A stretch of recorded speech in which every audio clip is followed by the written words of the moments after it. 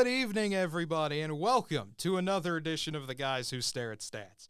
I'm Cade Kennedy alongside Connor Gray. Andrew Santangelo is currently battling the elements outside. It is technically sunny outside, but also rainy. You got to love when the weather does that up here in Northwest Oklahoma, folks. But joining us today is a brand new guest on the show. Hopefully he will become a staple. I hope we haven't disturbed him enough in our 20 minutes of pre-show that we've been doing. Welcome aboard, Mr. JD Eddy. JD, how are you? Please speak into the microphone. I'm doing great, man. All right. I was trying not to laugh that whole time. So you're trying not to laugh? Yeah. As you can see, this is going to be the most interesting show we've probably done to date. I don't know if it'll match the 4-hour live stream we did last Tuesday, Connor, but this is going to be probably the most bro-heavy show we've ever done. I don't know why. It just has the... That's what we got to talk about, man. Yes, I mean, just in terms of vibe, not in terms of actual. We're not doing bro science on this show. This is a sports show after all, but it'll be fun. You mean to start curling the chair like that? Yeah, we're all yeah. Dom Mazzetti, baby. My spirit animal. There you go. But getting into it, starting with the NFL. I had no intention of talking about this, the NFL overtime rules. Like we've talked about it how many times on this show at this point. But today, something different happened. The NFL made a somewhat decent decision. Somewhat. Overtime rules officially passed by a vote of 29-3, but only for the postseason. It is simple as this. If the score remains tied in the postseason after each team has had a possession, the game will be decided in traditional sudden death. So both teams will get the ball at least one time. Fair enough. And I mean, this has been a debate that's been going on all the way back since 28-3. You could trace this back to people like, well, the Falcons should have had a shot in overtime. Some people disagreed, saying, you had a 25-point lead. How about don't blow a lead? Yeah. You are a solid, almost 4 touchdowns ahead. You are 4 touchdowns ahead, and you blow that lead to Tom Brady and Bill Belichick. Yes. You don't deserve an overtime at that point. There should be a staple that says you're over 20 points. Nah, you're good. You don't get it. I think it's barely picking you. Yeah, you might have to the mic. talk into the mic. I was just talking, my bad. Yeah, it's all good. It's okay. It is A-okay. It's first time on the show. Everyone makes mistakes. I've started the show without turning the soundboard on before. It was a fun time. Yeah, I laughed so hard at it. I feel like that's a lot more important than me speaking. This soundboard is a lot more important than all three of us in this room. Probably more expensive than all three of us, too. I don't know. I mean, I might sell a kidney. Have you seen the hospital bills for having a baby, dude? That stuff's wild. I don't know. Technology's pretty expensive, though, too. But anyways, moving back to football, which is what we're here to talk about, not technology or hospital expenses. Yeah, this is that type of show today. I can already get the feeling. But the main reaction, I think, the main trigger that set off this whole debate once again was the Kansas City-Buffalo overtime game. Kansas City getting the win, Buffalo not getting a shot in overtime. People felt that was unfair to the Bills. I know at least I did. And the NFL has decided that they are going to expand the playoff rules for the overtime playoff rules, but not to the regular season. And I saw some people saying that's a good thing. Just win it with, trust your, just win the game in regulation. You shouldn't have to settle for overtime. Or, if you tie, you tie. If you get there, so what? But I'm curious to see what you two think on it just a little bit, because I know we talked about this a little bit before the show started. I've seen other sports radio shows already. They've had this conversation. This seems like one of those weird split right down the middle. You're either for the overtime rule in every asset applied to every single game or only the postseason. Everyone agreed it needed to happen in the postseason. It's just, do you stop here or do you keep expanding? Well, and overall, you haven't had much of an issue where a tie really mostly affected standings in a lot of ways. As far as my recollection, we haven't seen an issue with a tie in the last decade. So there's really not much of an issue of changing that, because in the end, it does this team, because the Steelers had a tie, but they were still able to get in the playoffs because the teams behind them had more losses. So you can't really, there's really no issue. I really have no issue with that, with keeping the tie. My whole thing is just win, and you don't have to worry about a tie problem if it ever came up. But I mean, if they chose to add that rule into the regulation, fine. But obviously, good luck trying to convince the NFL that's a good thing, because you got to get get all the games, try to get as many of the games in under 3 hours. Yeah, I mean, I get that, but the NFL is all about making money, man. You got to think they're going to sell more alcohol, they're going to sell more T-shirts, they're going to sell more merchandise. It's in their best interest to do it. You're talking about alcohol sales in the stadium? Oh yeah. 100%. I mean, they sell them for they sell them for $7. If they cut them off, that's gonna be the worst thing they can do. I'm saying like usually most places they cut off sales at concession. Could you imagine if they did? Okay, it's overtime. We're opening back up, boys. I don't know. It's just like going to OU whenever they have it. They have everything open until the game's over. Yeah, I mean they even after that, honestly. Yeah, I would say they. I wouldn't know that. I've never been to Norman. So. Well, like I used to go all the time. That's what I'm saying. Yeah. It's kind of like that. Like they would stand to make a lot more money if they implemented it. Like. They would. You'd get a lot more people get more nervous as the game goes on. They need something to calm down. Because obviously, we had the mega overtime game that A&M and LSU had in college football. Yeah, they cut the reason why they cut the overtime stuff is because that's the first time it's gone to 7 overtimes. Yeah, that most people remember.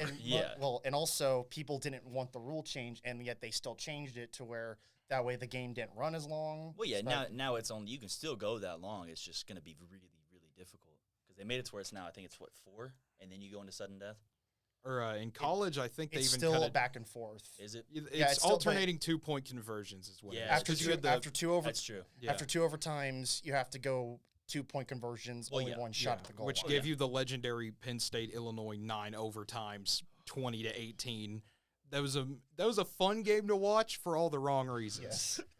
Yes. I was watching that and just being like, wow, I can't believe that you could score 18 points in 9 overtimes and somehow be in a game.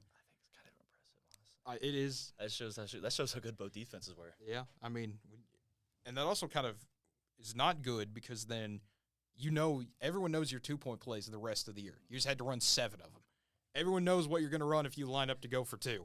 I mean, a good coach is eventually going to overcome that. Yeah, I mean, a good coach will going to try to stick in what they do. I know, but we're talking about James Franklin and Brett Bielema. I was about to say kind of like.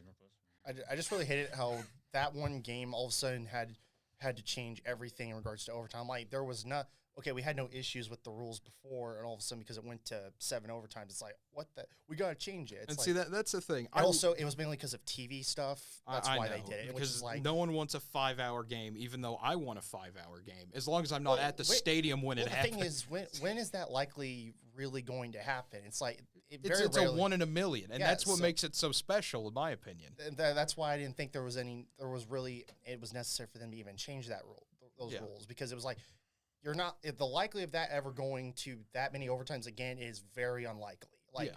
At most, barely even a percentage. Yeah, I would say it's happened 6-7 times in college football in 20+ years of the overtime rule. It is a super rare thing when it occurs, but I think that's why I like it so much. Is it's such a special monument. Anytime you get above triple overtime, it's like, okay, I'm going to want wants to win. Yeah, it's like, okay, I want to see this because even if it's, Texas State versus Louisiana Monroe. It's a good game. Okay, I want to see who wins this thing, even though it's 2 teams I would never watch. And I think I would love to see the NFL adopt that. I know they never will because they want to keep their games under 3 hours. Around 3 hours. Under 3.5 for sure. Around 3. I would love to see them adopt that rule. I know they never will.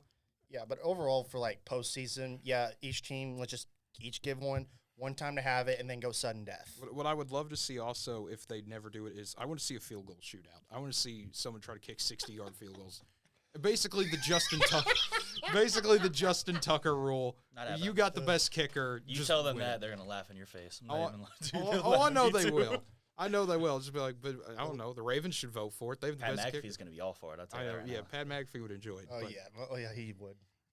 He would. But I know we kind of talked about it a little bit, but, 29-3 with the addition to make it overtime only. There was some indecisiveness on if this rule was going to pass or not, but with the overtime only applying in the postseason, they got the rule to pass pretty quickly. And, of course, because people saw 29-3, that instantly got memed. Oh, I hope they don't blow a 26-vote lead or something like that. It's still funny, though. It's still funny. It's funny that it passed with that many people, though. Yeah. I really want to know who voted against it is what I kind of want to know. Probably the Chiefs.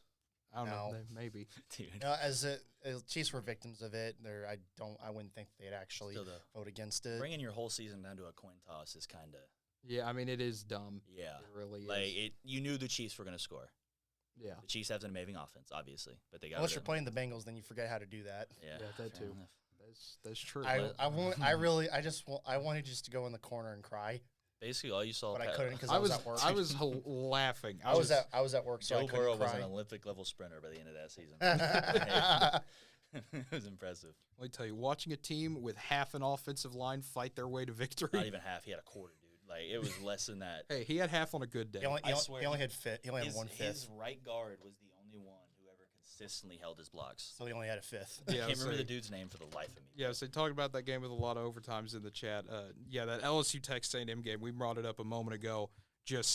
I think that was one of the greatest games I've ever seen. Oh yeah, Just- 100%. 100%. Just shootout. And And then after mean- that, you had the thing saying, "Oh, Big 12 doesn't have defense." Well, So it's the- two the- SEC teams. that's the thing I love is if you go back and watch the SEC Network post game, because remember this is an SEC Network game. They're like, well, that just shows how good the SEC is. They play great offense and great defense, and I was like, What defense? That's impressive. I was like, what this- defense? they is that? gave There up was 70 150 points scored. They gave up a combined over 140 points. and he What was it? 77 to 70? yes, 74-72 was the final. So 146. Yeah, 146 combined points. That's in more. that That's game. more points than they scored in an NBA game. I would say, keep in mind, Oklahoma, West Virginia, which was the night before, was a 59-56 final with Kyler That's- Murray and Will Greer That's dueling it. insane, though. You had two really Yeah. good quarterbacks You going had that and whole that time. game was just bashed by everyone as, this is just all offense, no defense. And they do it the next day. And then that happens the next day. It's like, well, I mean, they're both good defenses. They only had 31 points going into overtime, and it was just Going into overtime, going my over. bad. Oh, Sorry. it yeah, was like, yeah. okay. It was like, Whatever. come on, guys. Give me a break. But anyway, The SEC is the best. the SEC is Well, the best. Here's one thing I've also No, I've noticed. Alabama's the best. Exactly. Let's The explain SEC. that. Listen, the SEC is the best. They have Alabama. The Alabama, I win argument. Alabama and Georgia Argument over. single-handedly bring their stats up to here. Yes. Those two teams by themselves, they were not in the SEC, would not be anything. Yes. One Who do they thing. have? The Citadel? Hey, the Citadel was tied with Bama at halftime, though. Oh, yeah, at halftime. What happened after that? Yeah, and then They Tua got- they got- Tagovailoa happened. They got basically spanked. Yes. Here's one thing I've noticed in regards to like between the SEC and the Big 12. Points are allowed by defenses have gone down mostly for the Big 12. SEC, it's gone up. Yeah. I mean, obviously, when you play Alabama, you're guaranteed to give up a lot of points, but Bama conference as a Bama had less whole- points this year Yeah, than so last year. not always. what I'm saying is, But yeah. but I say usually. Yeah. Usually, But it's yeah. like, but as a conference as a whole, even including last year, points went up. Unless you're Georgia, but everyone's points went up. Well, OU was ranked, what, 12th in defense this year? Yeah, Something like that? Oklahoma 11th? wasn't bad. Oklahoma State and And Baylor they were great playing teams defenses. that only have offense, right? Yes. Doesn't make any It's like, sense. Hey, it's like Oklahoma State and Baylor were like top 10. OU was just outside. Honestly, I think, dude, Lincoln Riley's the reason OU lost the whole season. I hate that dude. I feel like he gave up halfway through the season. You honestly. can I thought he- honestly of course, tell when From the sound of- lights. from everyone else outside this room that he gave up before the season started. Dude. I honestly think he gave up a little bit, and you could slowly see it trickling Every in. game.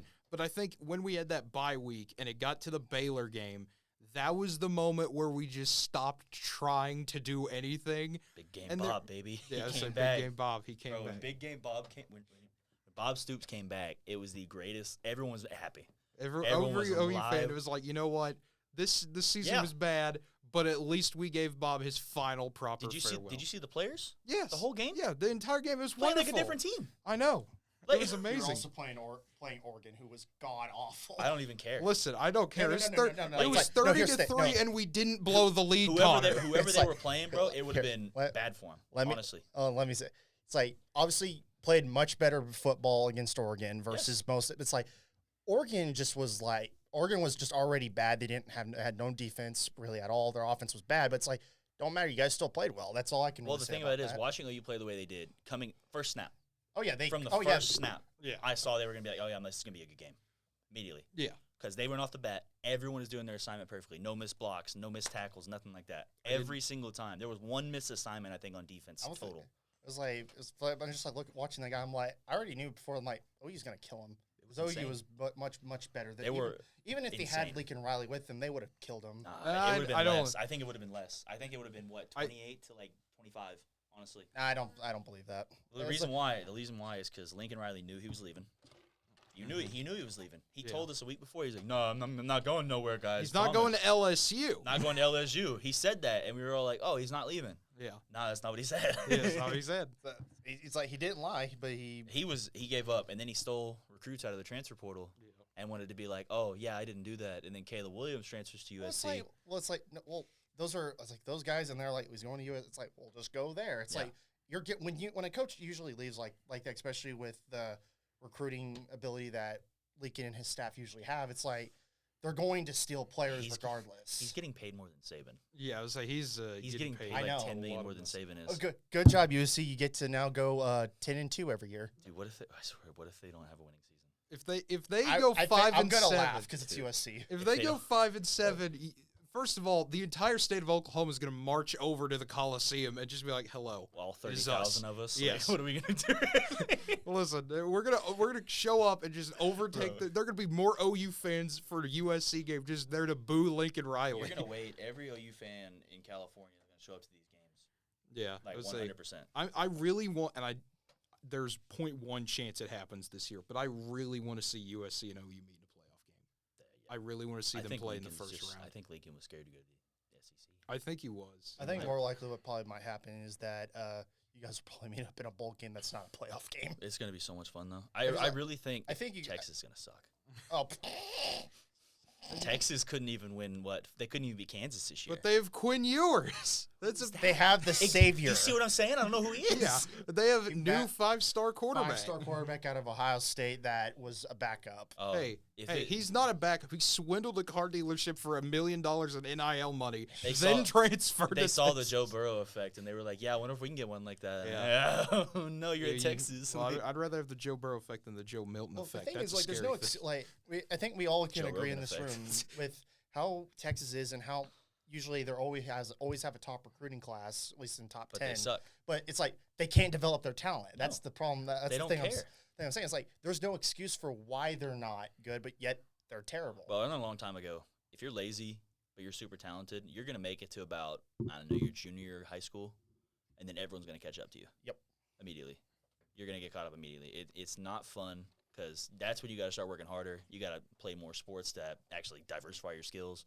These guys get to Texas and like, oh, we're at Texas on a D1 scholarship. And they don't want to we get to lose to Kansas. We get to lose to Kansas, baby.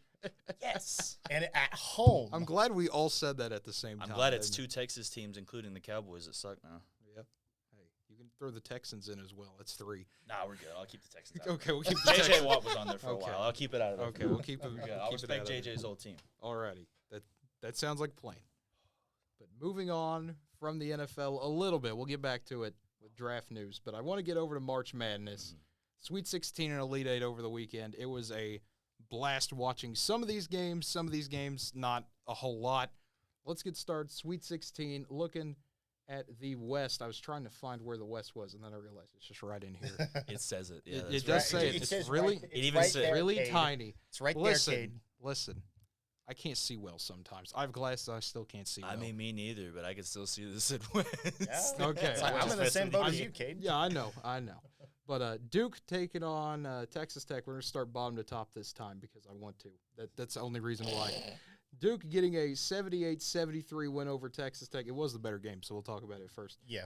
But the Blue Devils, this is kind of what we talked about might happen if Duke's athleticism and speed could get to Texas Tech and not let the Red Raiders dig in defensively. Also, Tech forgetting how to score at key moments. Yeah, I mean, that's been a thing that's been plaguing the Red Raiders all year, their inability to make some clutch shots. But the Blue Devils, once again, getting a big win, moved on to the Elite 8. We can get the 1-4. Arkansas getting the big upset over Gonzaga. Gonzaga not really looking like everyone thought they would be this year. You know, you have your best team in school history, get beat in the national championship game, come back, you add Chet Holmgren, you lose a few guys, and Arkansas was able to just do what kind of you have to do to beat Gonzaga. You have to be able to play physical basketball, have great defensive ability. That's exactly what Arkansas was able to do in that game. Then moving on to the Elite 8, Duke meeting Arkansas, and the Blue Devils had their way for a little bit. Arkansas made it. I mean, they kept it close. Not to say they got blown out by any means. They did their best to keep it close, but Duke was just too overwhelming. Yeah, Duke was just too good. 78-69. Blue Devils going to the Final Four in Coach K's final year. Moving over to the South, Houston getting the upset over Arizona. This is one that Not surprised. Yeah, I was saying, I know that's one you called, Connor, but a pack of frauds Arizona was. I mean, Arizona. I mean, when you rely on basically one shooter to basically try to get you all those clutch shots, it's not going to work out because can't always hit them. Yeah, well, the Houston, I was afraid was going to do what they would do in the next game. We'll bring them up. Yeah, but we'll bring that up. Cougars getting a 72-60 win, playing great defensively. I mean, it's what you expect from Kelvin Sampson teams. They're going to play amazing defense, and moved on to the Elite Eight in Arizona. They got the good test from TCU, but it proved more of a blueprint, not a test for Arizona. Moving on. Yeah, it's TCU. What do you expect, man? Yeah, well, I don't know. TCU was pretty good. TCU was pretty solid in that TCU's game. actually Just got hit with some questionable calls. Yeah.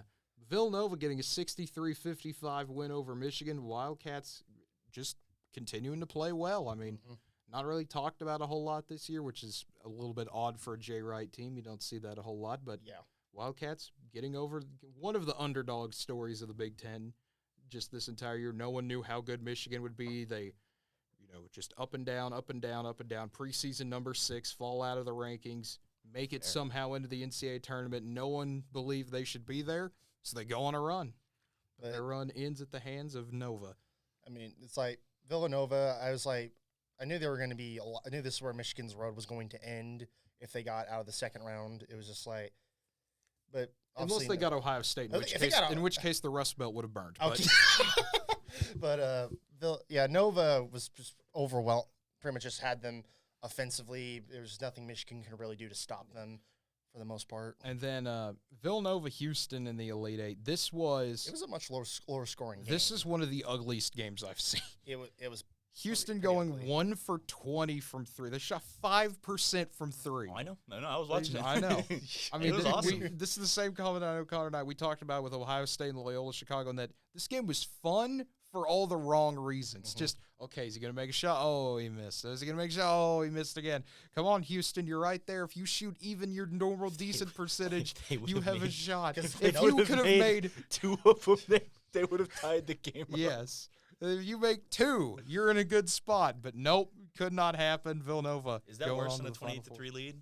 It might be. Honestly, I would rather get blown out and then come back and have that hope that, if we had 5 more minutes, then we were right there the entire time. When you missed 24 three-pointers, at that point, you do what the Rockets did that one time, missed 27 threes in a row against the Warriors. They're going to fire their whole coaching staff. Yeah. You think who else did that? But oh gosh, maybe.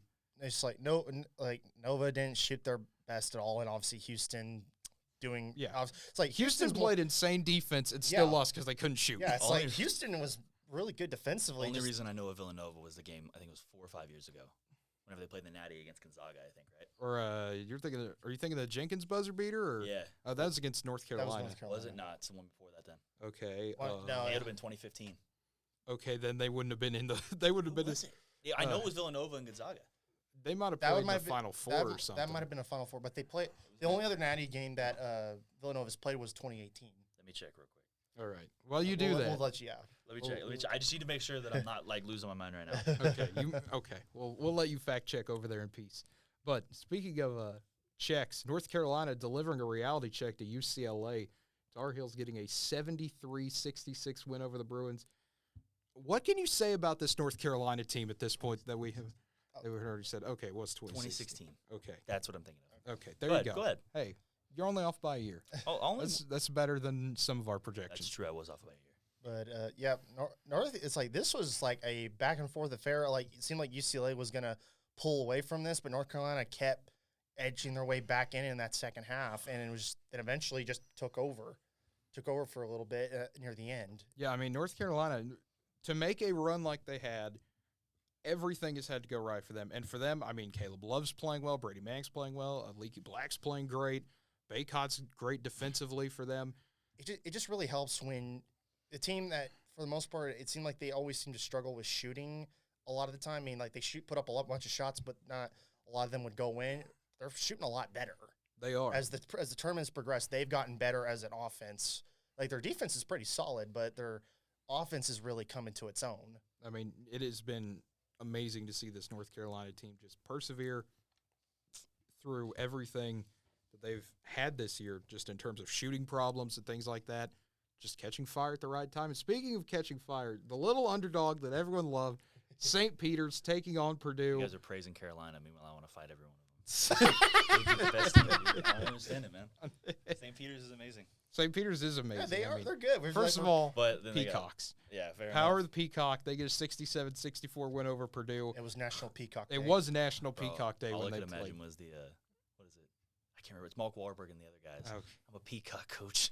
Gotta let me fly. Yeah. Bro, I know they're selling shirts on that's saying on that in the St. Peter's logo, and I think they even mentioned it during the game at one point. Like, That's one of them made a hilarious. big play. It's like, he's a peacock. You gotta let him fly. And I was like, oh my goodness. yeah, and then the next game they get blown out by 20. Yeah, I was like, Yeah. then the next game, St. Peter's taking on North Carolina, and St. Peter's, man, they just could not get a shot going at all. They North whatever Carolina any played mom- good defense, but St. Peter's was also just They won missing an 8 layups. They won an 8-point run coming out of the half. That was about it. Honestly, that was literally it. And then they just kind of shut down. It's like any momentum St. Peter's tried to get. Like they had ones where they were able to get some scores. North Yeah. Carolina had a few possessions where they didn't get anything, and Yeah, they then had like a Brady Mack proceeds hit a 3 and it kills momentum. Yeah, I would you, say, you couldn't stop North Carolina's rebounding on offense. yeah, Ever. that they're- too. Yeah. You couldn't.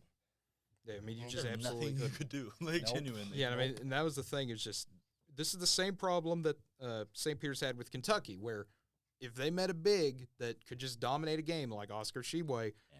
they would be in trouble. And North Carolina was able to dominate inside, and I'm just happy they beat Purdue.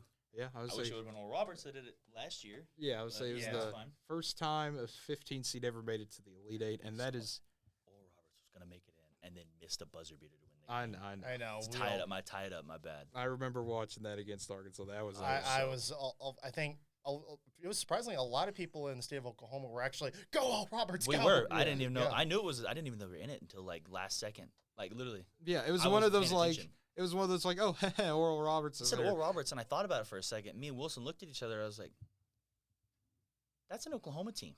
Yeah. They're from Tulsa." Yeah, that was one where it's just like, hey, wait a minute, we play you guys in baseball. Oh, they won. I thought about it. I was like, "Dude, I was sitting there like struggling." Yeah, I saw that they were in on the selection show, and then I was with my parents, and I was up in Tulsa. Actually, it was up in Tulsa. We were watching that Ohio State and Oral Roberts game. I basically just quit whatever I was doing. I was like, I'm watching this game till the end, and then Yeah. they beat Ohio State. I was like, let's go. Dude, I was really hoping they would win because if that would have happened, it was a Saturday night. Yeah. It was like 8 o'clock. Yeah. I was like, I looked at him. I was like, if they win, we're driving to Tulsa tonight, and we're doing whatever and have a good time. Like, I thought about it because dude, it would have been chaos. It would have been chaos. It would have been chaos. That would have been the first time a 15 seed made it in, but they just couldn't pull it Yeah, out. they were so close, but So far. so far away. But moving on to the Midwest bracket, the final bracket to talk about. Kansas taking on Providence at the Sweet 16. A good defensive game, but Kansas just prevailing. There are too many weapons for the Friars. You had a feeling, at least I had a feeling, that Providence at some point their luck was going to run out on them. Yeah. That advanced luck stat couldn't help them forever. Yeah, this is where I had Providence kind of just going out because like Kansas was like obviously for the Big 12 team, it's like you knew how good Kansas could be, and it's like I think even with how good Providence can play, Kansas was just because of how lockdown defense they can play at times. It's like they can also score pretty good, and so it's like obviously you figured Kansas was gonna get them for the most part near the end of the game. I know they only won by 5, but Kansas was actually up on them by almost 10 near the final seconds. Yeah, Kansas at one point was rolling in this game. Providence made a good effort to come back, but just not enough for the Friars. But moving on to the next one, Miami taking on Iowa State. We don't see this often, a double-digit seed matchup in the Sweet 16 at 11 taking on a 10. And Iowa State, I mean, they're a gritty physical team. They're fun to watch. But Miami just overpowered them offensively, and Iowa State, there was just nothing they could do about it. Here's what Iowa State should have done: just let them shoot open threes in this, because they could not hit an open three That to was save true. their life. Miami had a lot of trouble knocking down open shots, but they could make a lot of contested Now threes, you're which getting a was full scholarship to go to Miami, and Yeah. you can't hit open 3-pointer. yeah, there you go. Couldn't be me, actually. I Yeah, take that. couldn't It probably could be me. It would be me also. I could probably miss all of them. Yeah, Yeah. but it's like obviously Miami, like for the most part, Iowa State did their best to keep the game close, but just over time because they could not hit shots to save their life for like this in the around the halfway point of the second half. Miami just took advantage of that and just started hitting shots. Yeah, Miami took advantage in the first half against Kansas. They did the same thing, but Kansas' defense gets they just get in check, and it was over. Boom. Just like that. Kansas just beat them over the head. I mean, it was impressive, honestly. Kansas finally did what I've been waiting to see them do against a good opponent all year, which is they just finally had that, you know what, we're just going on a 15-0 run. There's nothing you can do about it. Mm-hmm. That's the Kansas you're used to seeing. At some point in the year, they go on one of those death marches where it's just there's nothing you can do about it. They're going to hit a bunch of threes. They're going to make some big flashy plays, and you just have to sit there and watch. Like playing brother against your brother. Playing basketball against your brother who's like 4 years older than you. Yeah. It's about like going up against, Dikembe Mutombo, and I'm 6 years old with a broken leg. Yeah, there you go.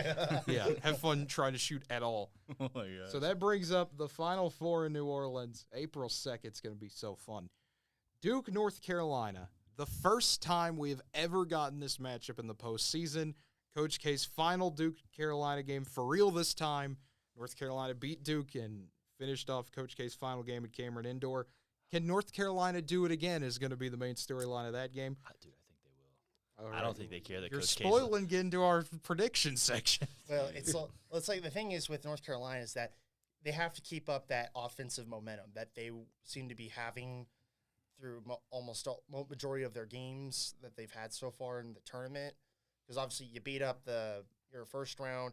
You actually were beating up Baylor, but then obviously whatever questionable calls, Brady Manick going out on a flagrant 2, even though that probably shouldn't have happened. Baylor makes the comeback, and then that happens.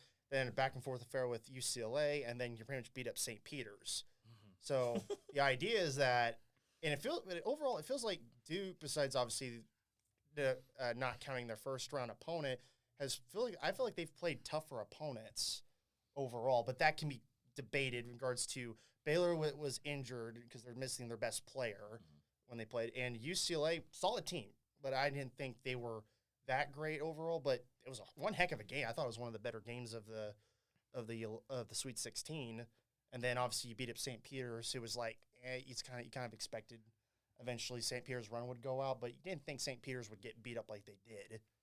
But once again, North Carolina just caught fire and played very well. Yeah, but Duke, I think, has been challenged offensively and more defensively. Like, I'm not sure if I said that right, but basically they've played teams that play much better defense overall. I mean, you play Michigan State, who's playing much better basketball. You play against a really good Tech team that can play really solid defense, but obviously you overcame that, and then you played a really good Arkansas team that also plays great defense. So I think Duke overall is better challenged, but obviously every game's a new game. You don't. Yes, this is March. Nothing means anything. You can be the most battle tested team. This game's going to be in April, so the madness with March might go out. It's still there. March. The first 4 days of March is just, or first 4 days of April is just March Part 2. That's all it is. It's not officially the end of March until we get a national championship game. Fair enough. Well, we'll save our prediction, but it's like kind of go over how these two teams match up. Yeah. Obviously, this is a Duke and North Carolina game. We all have to remember that. It doesn't matter how good or bad you are. It's always a game. This is about like OU Texas in football. It does not matter. You throw the records out the window. You throw the seeding out. You throw everything going into that game out. Something crazy is going to happen. That's just how that game works. Well, it's only thrown out the window until Texas loses. Then they bring it up, we have 4 more wins over you. Congrats. Here's the thing. We have 4 more. Here's the thing. I saw a lot of Duke and North Carolina people who did not want this game to happen. They are scared of playing each other in the Final Four because they're afraid that if they lose, they will never hear the end of it, ever. Well, of course, you're rivals. Yeah, and so I was just like, well, I understand that, but also there's a 50-50 chance of that happening. There's another chance that you win, and you get to rub it in Duke's face forever. Hey, we beat Coach K in his final home game and in his final actual game. That would be so cool. How do you feel about that? I think that's hilarious. Imagine losing to Brady Manick. Couldn't be me. Don't get me wrong. It would suck for Coach K, but at that same point, I'm just going to be I'm going to be like, I knew exactly what North Carolina was going to try and do. Yes. They don't care. I still like it how everyone's like, oh, yeah, we love and respect Coach K, but we freaking hate Duke. That's pretty much how it always is. Oh, no, it started with Leitner, dude. Yeah.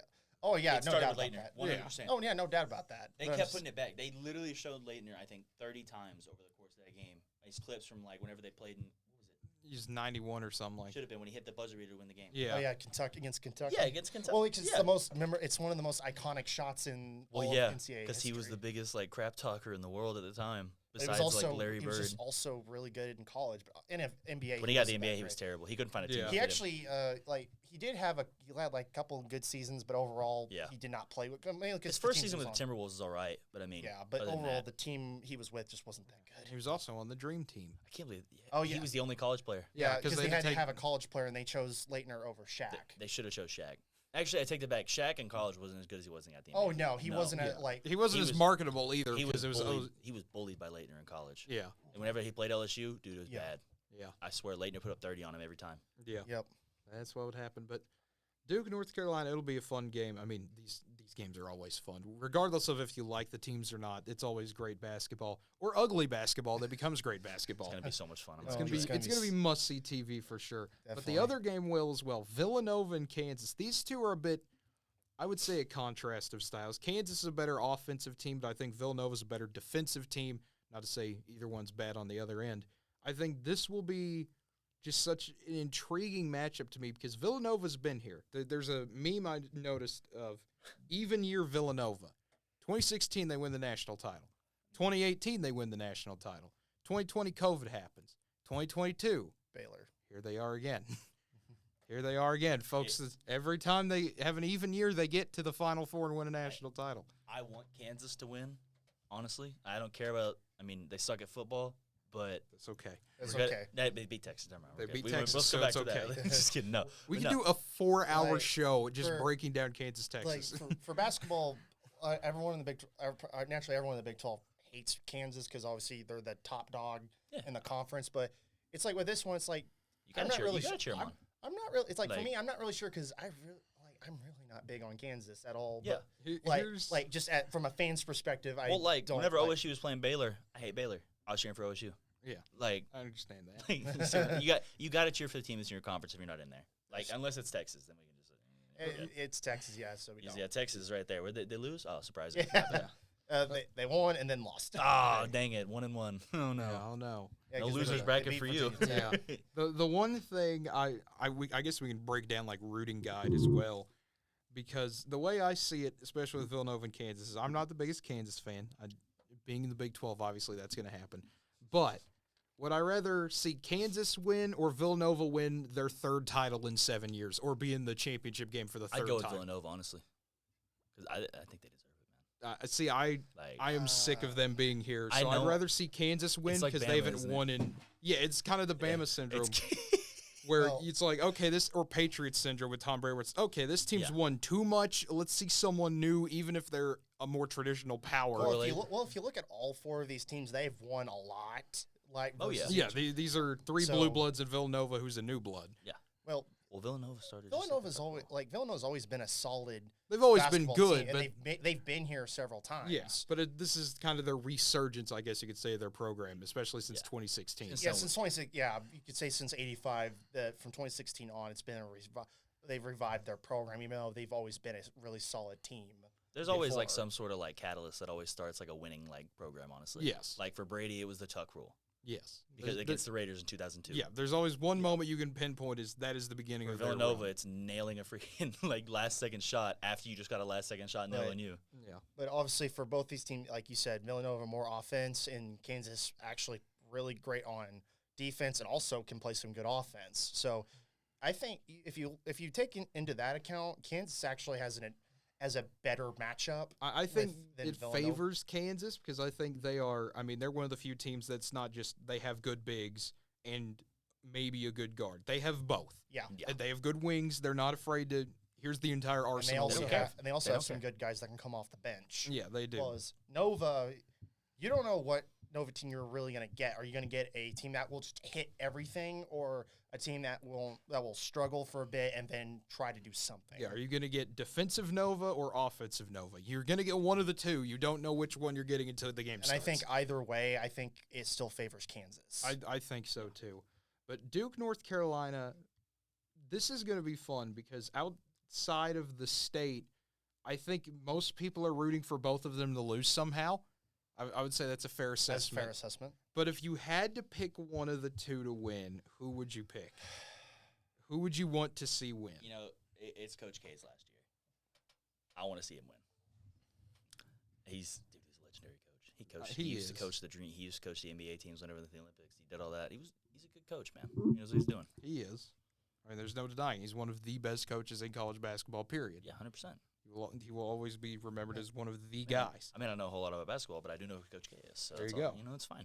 I think everyone, obviously, even if you hate Duke, obviously everyone respects Coach K and everything he's done for that program. But as much, like, obviously, there are people who hate Duke more than North Carolina, so obviously they're going to root against Duke. But I think obviously, I'm just, like, for prediction, I think Duke has been more battle-tested in this tournament. Overall, obviously, I know I'm going off what came before this game, and obviously this is a Duke North Carolina game. Anything can happen, but I think Duke moves on to the national title game. See, I think Duke wins this game. It'll be close. This could be one of those, OT, double OT types of games. It wouldn't surprise me. That would if it went to overtime, it'd make the game legendary. It would be awesome. I mean, if no matter what happens, unless it's like a 35-point blowout, even then it would be legendary on one side. Coach K puts on a jersey and goes up there himself. Coach K nails a half-court shot the first play of the game, declares the game over. It's just game ends. They give him a jersey that's too big for him. It's just kind of down to his knees. He's just running around. He falls. They give him his West Point jersey when he first started playing college basketball. They're like, all right, coach, one last time. We're going to bring player coaches back for one game. Hold on. So, okay, my dad the other day, I walk into the house, right, from spring break. Yep. And he goes, I got something for you. Walk in. He's got a Rangers jersey from the 70s. Nice. A basketball jersey. And he goes, yeah, it fit me a little snug. I was like, really? I was like, really? You were like 160 pounds. Dude, it actually looks better than the jerseys we have now. Wow. Like, I'm not even kidding. It looks amazing. But that sounds about right. Yeah. I think prediction purposes, I have Duke winning this game. But for fan purposes, I want to see North Carolina win. I want to see North Carolina get the one final gotcha on Coach K. And also Brady Manick. I'm an OU guy. I root for OU guys no matter where they go. I want to see Mr. Larry Bird look-alike get just some phenomenal win out. Thought about him. Yeah. Got to see Prairie Bird one last time. Bro, can we talk about that, man? Brady Manick. Does he have the caterpillar stash? I think he still does. He's got like a mountain man beard now at this point. Larry Bird's mustache looked like it was alive at one point. Like that thing looked like an actual caterpillar he just stapled to his lip. Yeah. If this kid looks anything like him, I feel bad for him. Brady Manick doesn't have that. Dude, I feel like if he does look like that, I feel so bad for him. He's the palest, sickest looking dude in the court, dude. Like he looks like he's gonna pass out from blood loss. I think Brady Manick is more unathletic than Bird ever was. But yet he can shoot threes though. Like, Bird was so weird. You didn't think he'd be that athletic looking at him. Yeah, like in terms of like the looks, obviously they both pretty much looked almost the same in regards to how they. But Bird actually could. Willing to take punishment and actually be more physical. He would literally walk in, ask what the scoring record is, break it, and then leave. Yeah. He didn't care. That's what he'd do. Yep. Man would literally play the whole game with his left hand because he didn't feel challenged enough. That's why he's called Larry Legend Bird. Dude, he's top 10. Easily top 10. 5, actually. Easily, yeah. I'd put him in top 5, but all right. What's your prediction for the game? Yeah, what's your prediction? I don't know much about basketball. I want Duke to win just because I like Coach K. Yeah. But if he doesn't, guess what? It's not gonna bother me no much. Yeah. But if North Carolina wins, then Michael Jordan's alma mater is gonna be kind of live, and then I might be able to. I hope they actually get footage of Michael Jordan actually at the game. Dude, he better not be drunk this time. Oh my God. That's what we need. We need a Roy Williams, Coach K 1v1 battle at center court with Michael Jordan as the referee and Christian Laettner as the other referee. In the middle of the court. Yeah, they're gonna 1v1. Yes. We're gonna one giant 1v1, and it's just gonna be like, all right, this is what we're doing the entire. Sorry, Villanova and Kansas, you don't get to play. This is just Duke Carolina for 7-hour event. You see Michael Jordan walk over there and knock out the head coaches and walk back. Just like, get out of here, dude. Yeah, I could see that happening. Guy in an orange suit jumps out in the sun. There you go. But let's keep going. We got the Nova Kansas matchup. Okay, Nova Kansas. This will be another fun one, but I truly think this Kansas team when you compare them to some of the other ones they've had, first of all, it's very rare you would see Kansas at this point. Yeah. I mean, They're usually knocked out in the second round or Sweet 16. Historically, great program, just never can achieve anything past the Sweet 16. And, I mean, they were even talking to Bill Self. The Elite Eight, he said, is the hardest game to win in college basketball because there's so much pressure on if you win, you're right there, but if you lose, you're done. And I think with the way Kansas won that game, just dismantling a good Miami team, it's not like they're playing. Yeah, Miami was good. They weren't playing some scrubs. Yeah, it's like it's not like they're playing some random team. To be able to dismantle Miami the way they did, just take them apart. Here's all your weaknesses. We're going to exploit them. I think overall, I think that would have happened to Iowa State if they got past. I think so. Iowa probably could have been worse. Iowa State could have possibly shot negative 30%, though, is the problem. Yeah. And that could have been one of those, okay, we're going to see negative points on the scoreboard somehow. But taking away every time they miss. Yeah, but I think Kansas gets the job done, and we see a Kansas-Duke national championship game. Yeah, I agree with that assessment. Even though I had Nova in the national title game in the two brackets that I've done, one of them actually winning the national title, but that was because I was doing a Baylor Nova matchup. But it was like I put too much faith in Baylor to get out of the second round with an injured player. You didn't put St. Peter's moving up, did you?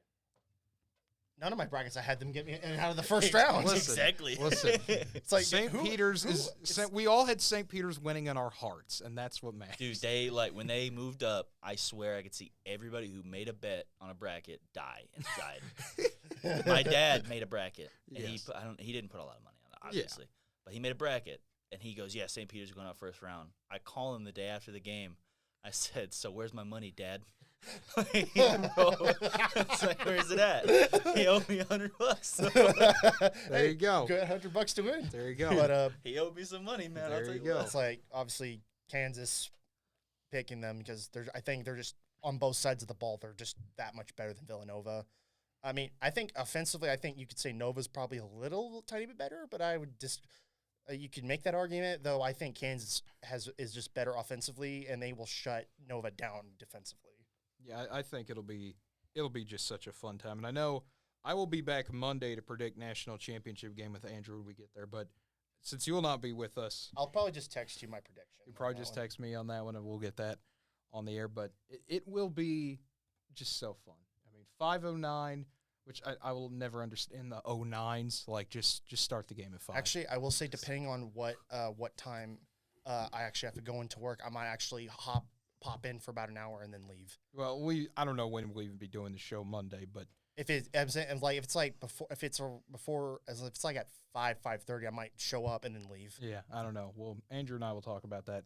We will let you know, audience, at some point. We will have a show on Monday. Do not know when yet. Will be sometime, preferably in the afternoon. Preferably. But Villanova, Kansas, 5:09 on TBS, and North Carolina Duke, 7:49 Saturday as well on TBS. So it will be fun. That's about all I could say about it at this point. It will be fun. There will be many memories had for fan bases all around the United States as you get to see a blue blood lose at least. You get to see at least one lose. You get to bring misery on one team. Yeah, don't do Whoever that. loses, I get to fight. JD, that's Just kidding. kidding. That's like, okay, JD, You versus 1 15 other guys. 1v15 Me versus match. Coach Cade. Dude. There It's you just go. like- It's like, if you win, what do we call you, Coach E? they actually have to fight Conor McGregor if they lose. Every one of them. Don't worry, he had to run from the cops about a couple days ago. Oh, let's not talk about that right now. Let's Yes, just- no, let's we're go gonna to- say gonna it. get We're too not far talking along. about that. I don't even No, know we're good, we're good. I don't even know what we're talking about. So Conor McGregor had run from the cops. Okay. No. It's because of the it was that MGK's thing. It was at the VMAs or whatever it was. So he goes and he DM'd Megan Fox. He's been DMing Megan Fox. Okay. Oh. Just like he was saying that what is it? What's his name? Dustin Poirier. Yeah, Dustin Poirier's wife was in his DMs, bro. So they start fighting. MGK is like having people hold him back. Mhm. I think Conor with a bum leg is murdering him. Yeah. I don't care what you No, say. Machine Gun Kelly's not like. No. He's so I'm from Cleveland. I don't care. I don't care. Okay, I don't care if you're from Cleveland. He'll still be. An Irishman will beat you up. Dude, that Irishman built different. This is still sports. See, we're good. Yeah. It's yeah. But no, he was DMing Megan Fox. And so, like, I got to give my man credit. He's got a wife, too. Yeah. Like, My goodness. that's bad. I'm not promoting cheating, by the way, everybody. Okay, I'm just yeah, saying don't. that right now. Please don't. Don't be a Jada Smith, okay? Just everybody. Just make sure you Okay. don't do a G.I. Jane joke. Okay, we Sorry, are go gonna ahead. break. Okay, we are gonna break character now. What do you all think about that? Just that entire Chris Rock Will Smith situation, because I wanted to talk about it at some point on the show, even though it has nothing to do with sports. I just want to get your two's opinion on this. It's the greatest JD's thing. dying All over I here. could imagine from the scene from Jackass when they had the giant like high five machine and they sent it around the corner. Dude, and it's just Wee Man going high five and it just slaps him and disappears out of frame, bro. And someone voiced it over and it just oh wow. Okay, so I would like the best thing that came out of it. I think my opinion, the best meme is that someone used a Practical Jokers meme and it's like, all right, go up and slap Chris Rock, It and then goes he up and slaps you him. can see him. It's like this right here. Yeah. They're in the background falling on each other. You know, Yep. it's actually hilarious. Yeah, it's All so right, good. so- go ahead. It's so What good. was I okay, saying? I was gonna say my favorite thing about it was watching the entire thing happen live in real time, because I You watched the Oscars. I watched the Oscars in real time because I I didn't like even know what was happening until I heard about the slap. I only remembered it because I was watching ESPN that day and they brought up in the little bottom right hand corner, watch tonight the Oscars. I was like, oh yeah, that's on. The only reason I found out is because my buddy sends me a text and he goes, "Yo, did you see Chris Rock just get slapped?" I was like, "What do you mean?" He's like, "The Oscars," and I was like, "Dude, I don't watch the Oscars. That's tonight." Well, there's the thing is no one watches the Oscars, but if they start doing celebrity deathmatch at the Oscars, I think everyone would watch it. So this is I'd like put Now, some money on now there. you have to watch it next year because Will Smith has to present Best Actor next year. this is a So now does Chris Rock get to go up and slap him next year? Yes. Does he tell a G.I. Jane joke at Chris Rock's expense that would make even less sense but still be funny? I got a serious question. This is out of character completely. It's not about sports. Okay. Are you standing up for a wife that's not faithful? Like that on a national stage. On at a least. national stage. Well, why would I worry? I think Well, behind- personally for me, it's like, why would I worry about that? We wouldn't be together anymore. See, Yeah, That's that's how I feel. that's just an opinion. Like, Yeah. I know, I get it. But it's Yeah. like I would but obviously I guess he must still love her a lot. Yeah. And I guess whatever I don't know if that stuff is even still going on or Yeah. whatever. But it's like I know when he found out that she was doing that, he was very upset with that. Yeah, no. Despite the fact they supposedly claimed they had an open relationship, If which it- I did not buy at all. I'm telling you right now, if it would have been Dave Chappelle would have been on his third uninterrupted hour of Jada jokes. Yeah, I was saying, here's the thing. That was the thing I was going to give a lot of respect to Chris Rock for was you see it in like, he's like, He's I'm- mad. He's mad and he starts to go in. He goes, I'm about to. Never mind. Yeah, and then he, yeah, never mind, and go on with the show. Because I really want to see what would have happened if he would have made another joke or two. If he would have went full in, what would I mean? First of all, there would have been a fight probably, and it would have been the most entertaining moment in television history, feel at like least in our generation. Will Smith wouldn't have slapped him if it would have been The Rock or anybody like No, that. He wouldn't. but have it was gone up Chris there. Rock, So it so- was Chris Rock. So he thought, oh, this guy's smaller than me. I Yeah. can slap him. That's why someone said we next year the Chris Rock and The Rock need to team up, and if they What? come back, have The Rock as bodyguard. The one thing is that I didn't. Just standing One up thing, for Yeah. it was just that whole situation was so odd because he makes the joke and Will Smith's laughing. I think laughing what at set him off is when he looked over at Jada and Jada Yeah. was like pissed and he's like, she probably said something like, Tupac wouldn't have let this happen. Something like that. Yeah, right? he got the vibe definitely of Yeah. oh god, I Well, gotta like when fix he walked this. up there, like Chris Rock's just laughing. I'm like, dude, imagine slapping some dude. He continues to laugh at you as you're walking off, and then you yell at him because you're mad. Yeah, like that was the thing with Chris Rock is like he didn't know, he thought it was a bit. Like he honestly thought like, oh, he's gonna get up here. Like you see him, he's still leaning in Yeah, because he's not expecting it all, and then just boom. he gets slapped. The funniest part was he kept laughing. Yeah, and then he kept laughing. He kept it going, and you could see Will walking off was like, He's mad. and then he was like, when he slapped him though, he looked satisfied. He looked happy. Yeah. I was like, bro, why did you walked up on a national stage and slapped this man in the face? All I Yes. know is obviously on social media, some comedians have voiced their opinion on the whole thing, and basically like they're worried that this might set a precedent for people to actually go up and actually physically attack a I was comedian. going to say, I could see it happening because I did see people If talking. if you're Daniel Tosh, you better watch out. I would say, upcoming Daniel Tosh show now with 90% more bodyguards. Where's that? He's doing. Actually, he just announced he's doing some shows like in I think around Texas or whatever. Okay. Okay, So, I was but about to say. I don't think he's that worried I didn't about think he that. was still relevant, honestly. Like I haven't He seen still him in a does minute. he still does shows, and he actually still mostly sells Yeah. out. I didn't know. I So- just remember Tosh. The worst thing is, Point. I That's all actually remember. looked Should at we his. go back to sports?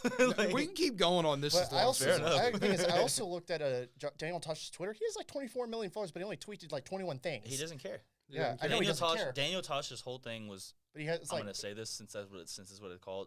Shit posting. That's what Yes. his whole thing is. Legitimately. I think that's not really a bad thing to say because No, you're it's what describing it is. something. That that's is not the what it name I'm of it. That's describing the name of it. Ukrainian population, what they're doing, writing signs in Russian that say "F you." Yeah. So it's the same thing they're doing. Yeah. Everyone does a little trolling at some point in their life. That's the Yeah. main thing. The fact that they're doing it to like an opposing army, though, What? is great. hilarious. It's great. Because I just because Love like to see it. I remember just like with Daniel Tosh, like I just remember like his last big special he did was like People Pleaser. That was like 6 years ago. Dude, It was like that's the last special he's done. Like he gets openly done. royalties from Tosh.0 still. Yeah. 'Cause it's on what is it? It's on Comedy Central. Yeah, It's no, still like they're still airing it. it's on Paramount Plus. Yeah, that too. Paramount Plus, and it's every season's aired, and there's like 10 seasons, I think. Yeah. So he every did it time for a someone watches an long episode, I time. think yeah, he, he gets, did it for cut. a long time. Yeah. Yeah. Well, it was a good show. Oh, yeah, it it was was a good great. show. It was hilarious. It was a great show. Also, but I think his stand up is much better. Yeah, it overall, is. But I just wish he did more This specials. is one of the one where he did. He But, brought, but basically, I only brought him up is because of many of the controversial things that he says, and he will not stop saying controversial things. Yeah. Is that He was on now, Comedy now it's like Central, he already gets death threats all the time, but now it's like now people are going to be bold and actually do something. no, you remember about whenever he brought the kid on his show that had the remote, and he had like the freak out. I And don't so- remember this episode. I'm just gonna show you. No one can see me, right? No one can No, see. no, it we don't right have the now. cameras on. No, there are no cameras on. He does this, runs to his bed, starts screaming, goes, and tries to shove the remote. He's yelling, and Tosh brings him on. He goes, "What made you think that was a good idea?" the freak out The video. kid's like freaking out because his mom took his like Xbox. oh yeah, Oh. he fake. It was fake. The whole that whole thing was that video was Still fake, but it was hilarious. still hilarious. That is- All right, Oh, all right. okay. What do you got it, man? What are we doing next? Okay. Well, I really wouldn't mind just keep going on this because I did see I made the mistake. What? The main thing I want to talk about now, since we've brought up the can of worms of Chris Rock, Will Smith, I just want to tell the story that I was on Twitter till like 1 a.m. just seeing responses to it because it turned into a experience. It was a war of which side are you on? Who were treating Jada Smith's hair condition as if it was cancer, basically, and we're like, bro, she has alopecia. Alopecia. Yeah. Alopecia, and it was like, and I didn't even know what that was. I didn't even know she had that. Yeah, That's why I was confused because it was it's the gradual GI. hair loss, basically. Yeah, and She's I gonna was lose like, her eyebrows too. Yeah. She'll lose hair like that. yeah, and I was like, okay, I understand that that's a sensitive Yeah. subject, but at the same time, he has the right to like. That's not even the, and even Chris Rock, he's like, that's like the 30th most tame joke I could have made.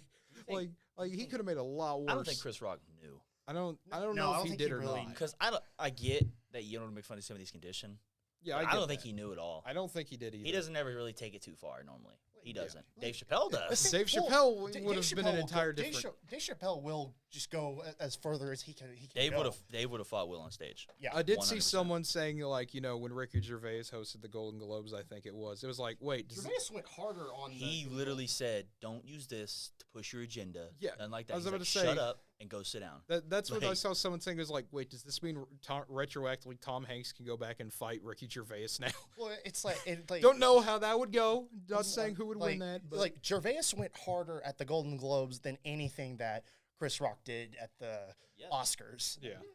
Like it's not even close. Like Chris Rock, that G.I. Jane, it's like that was one of the tamest things Yeah. tamest jokes in regards to if he knew about the condition, Yeah. then that was still really tame. It was really messed up. It was messed up. If he knew about the condition and still said it, Yeah. like, but if he didn't even mention Yeah. that she had lost her hair. He We'd said, like to I thank- like the haircut. Yeah, we would like to thank those of you just now tuning in. You've caught us at the probably most random time. We're currently on our 7th minute random tangent. This is a new segment on the show, Connor. We did this last week. We had a Oh, 15-minute tangent about nothing, You Yeah. know, essentially. So welcome to our random tangent where we're talking about Chris Rock, Will Smith. What do you think should have happened? Comment in the section below. honestly, dude, like the fact that Or post your favorite meme, either which is acceptable. the fact that they like let him walk up on stage, slap this dude in the face on live television, And then just go sit back. My And then go favorite, sit back down. my favorite part was every time someone won an award and you just kept seeing them walk by Will Smith. It's like, oh no, Will Smith, what's he gonna do? Did you see the funniest part was when he got his acceptance speech? Yes. And he apologized to everybody Except Chris Rock. but Chris Rock. He said, "I'm sorry to the Academy and my fellow nominees." And he paused and said, "But you can't let it happen." Did you see when they panned to Denzel? Yeah, Denzel looked pissed because He he did. mentioned him. I know. It was hilarious. Apparently Denzel went over and gave him like a talk after he went up and did it and He everything. was telling him not to do that, yeah, but Will Smith took it as, do it. yeah, like he took it as, "Oh, I'm justified because I pushed away the devil." Like, Yeah, well, yeah. No, I'm sorry, Like, bro. Yeah, it was like Denzel was giving a speech of like, the devil is always with you or something like that. He's always Yeah. out to get you. And I don't know if Will Smith took it as Chris Rock is literally the devil right now. bro, that's what I'm saying. He's like, he mentioned it, and you can see it panning Denzel. Denzel's And like, Denzel's like, what? What is happening? Sam Jackson's face was what got me. Yeah, that He was behind Will Smith, and he's just looking at him like this, just like, dude. yeah, he's What just are you like, come doing? on, what are you doing, man? Like it's after the show too. It's like Yeah. a picture, and you can see him behind him, yeah, I know. It was wonderful. like that disapproving dad look. You know when your Yes, dad looks to you, yes. and you know he's like disappointed. Yes. That's worse than him being angry. I feel like. Yes, it like is. 100%. Parents being disappointed in you but not mad is always worse than them just being angry It really does get you, because they put guilt on you and they don't put guilt on you when they're mad at you. dude. It's gonna be a rough. I think it'll be a rough like couple months for Will. It will. I mean, The fact that he's been a punching bag for 2 he's been a punching years. bag for 2 years, and then he does this. Like, I think, honestly, and I'm afraid for him, that he's going to do the Kanye thing where, remember what happened to Kanye after, He stopped taking his meds. he stopped, yeah, just think about what happened. This is his Kanye moment, whether that be a good thing or a bad thing. Good thing for entertainment value, bad thing for life in general. Imagine some guy on SNL making fun of you, calling you insane when you came on the show, and then a year later he gets with your wife. Yeah, Like, dude, my goodness. Pete Davidson. Pete Davidson's living his best life. He's just vibing. I think he's a piece of crap sometimes. I think he can be. Like, yeah, but like, I love I love how you're waving the. I'm just waving. I'm just having fun with I've been this trying to thing. figure out what you've been doing for like the past 10 minutes. Not gonna lie, I don't know what I'm doing. I kind of wish the camera's on, just catching you doing this. I'm just. See, I wouldn't be doing this And then if- and then it would pan to This setup, us. We're just like, what are you This doing? setup's kind of getting me though. I'm just kind of sorry, my bad. Yeah, I mean, I was like, dude. yeah, well, don't worry. The setup, it'll get better. We're getting new cameras That's and fine. everything. That works, dude. We're- Don't worry about it. It's improving all the time. Hey, it That's a good happens. thing. All right, I think let's get back to sports okay. now. It has been About way 10 over minutes. 10 minutes of us doing this. So basically, yeah, you're right. Yes. So anyway, the NBA. Just the NBA. Yeah. I don't have a segue anymore.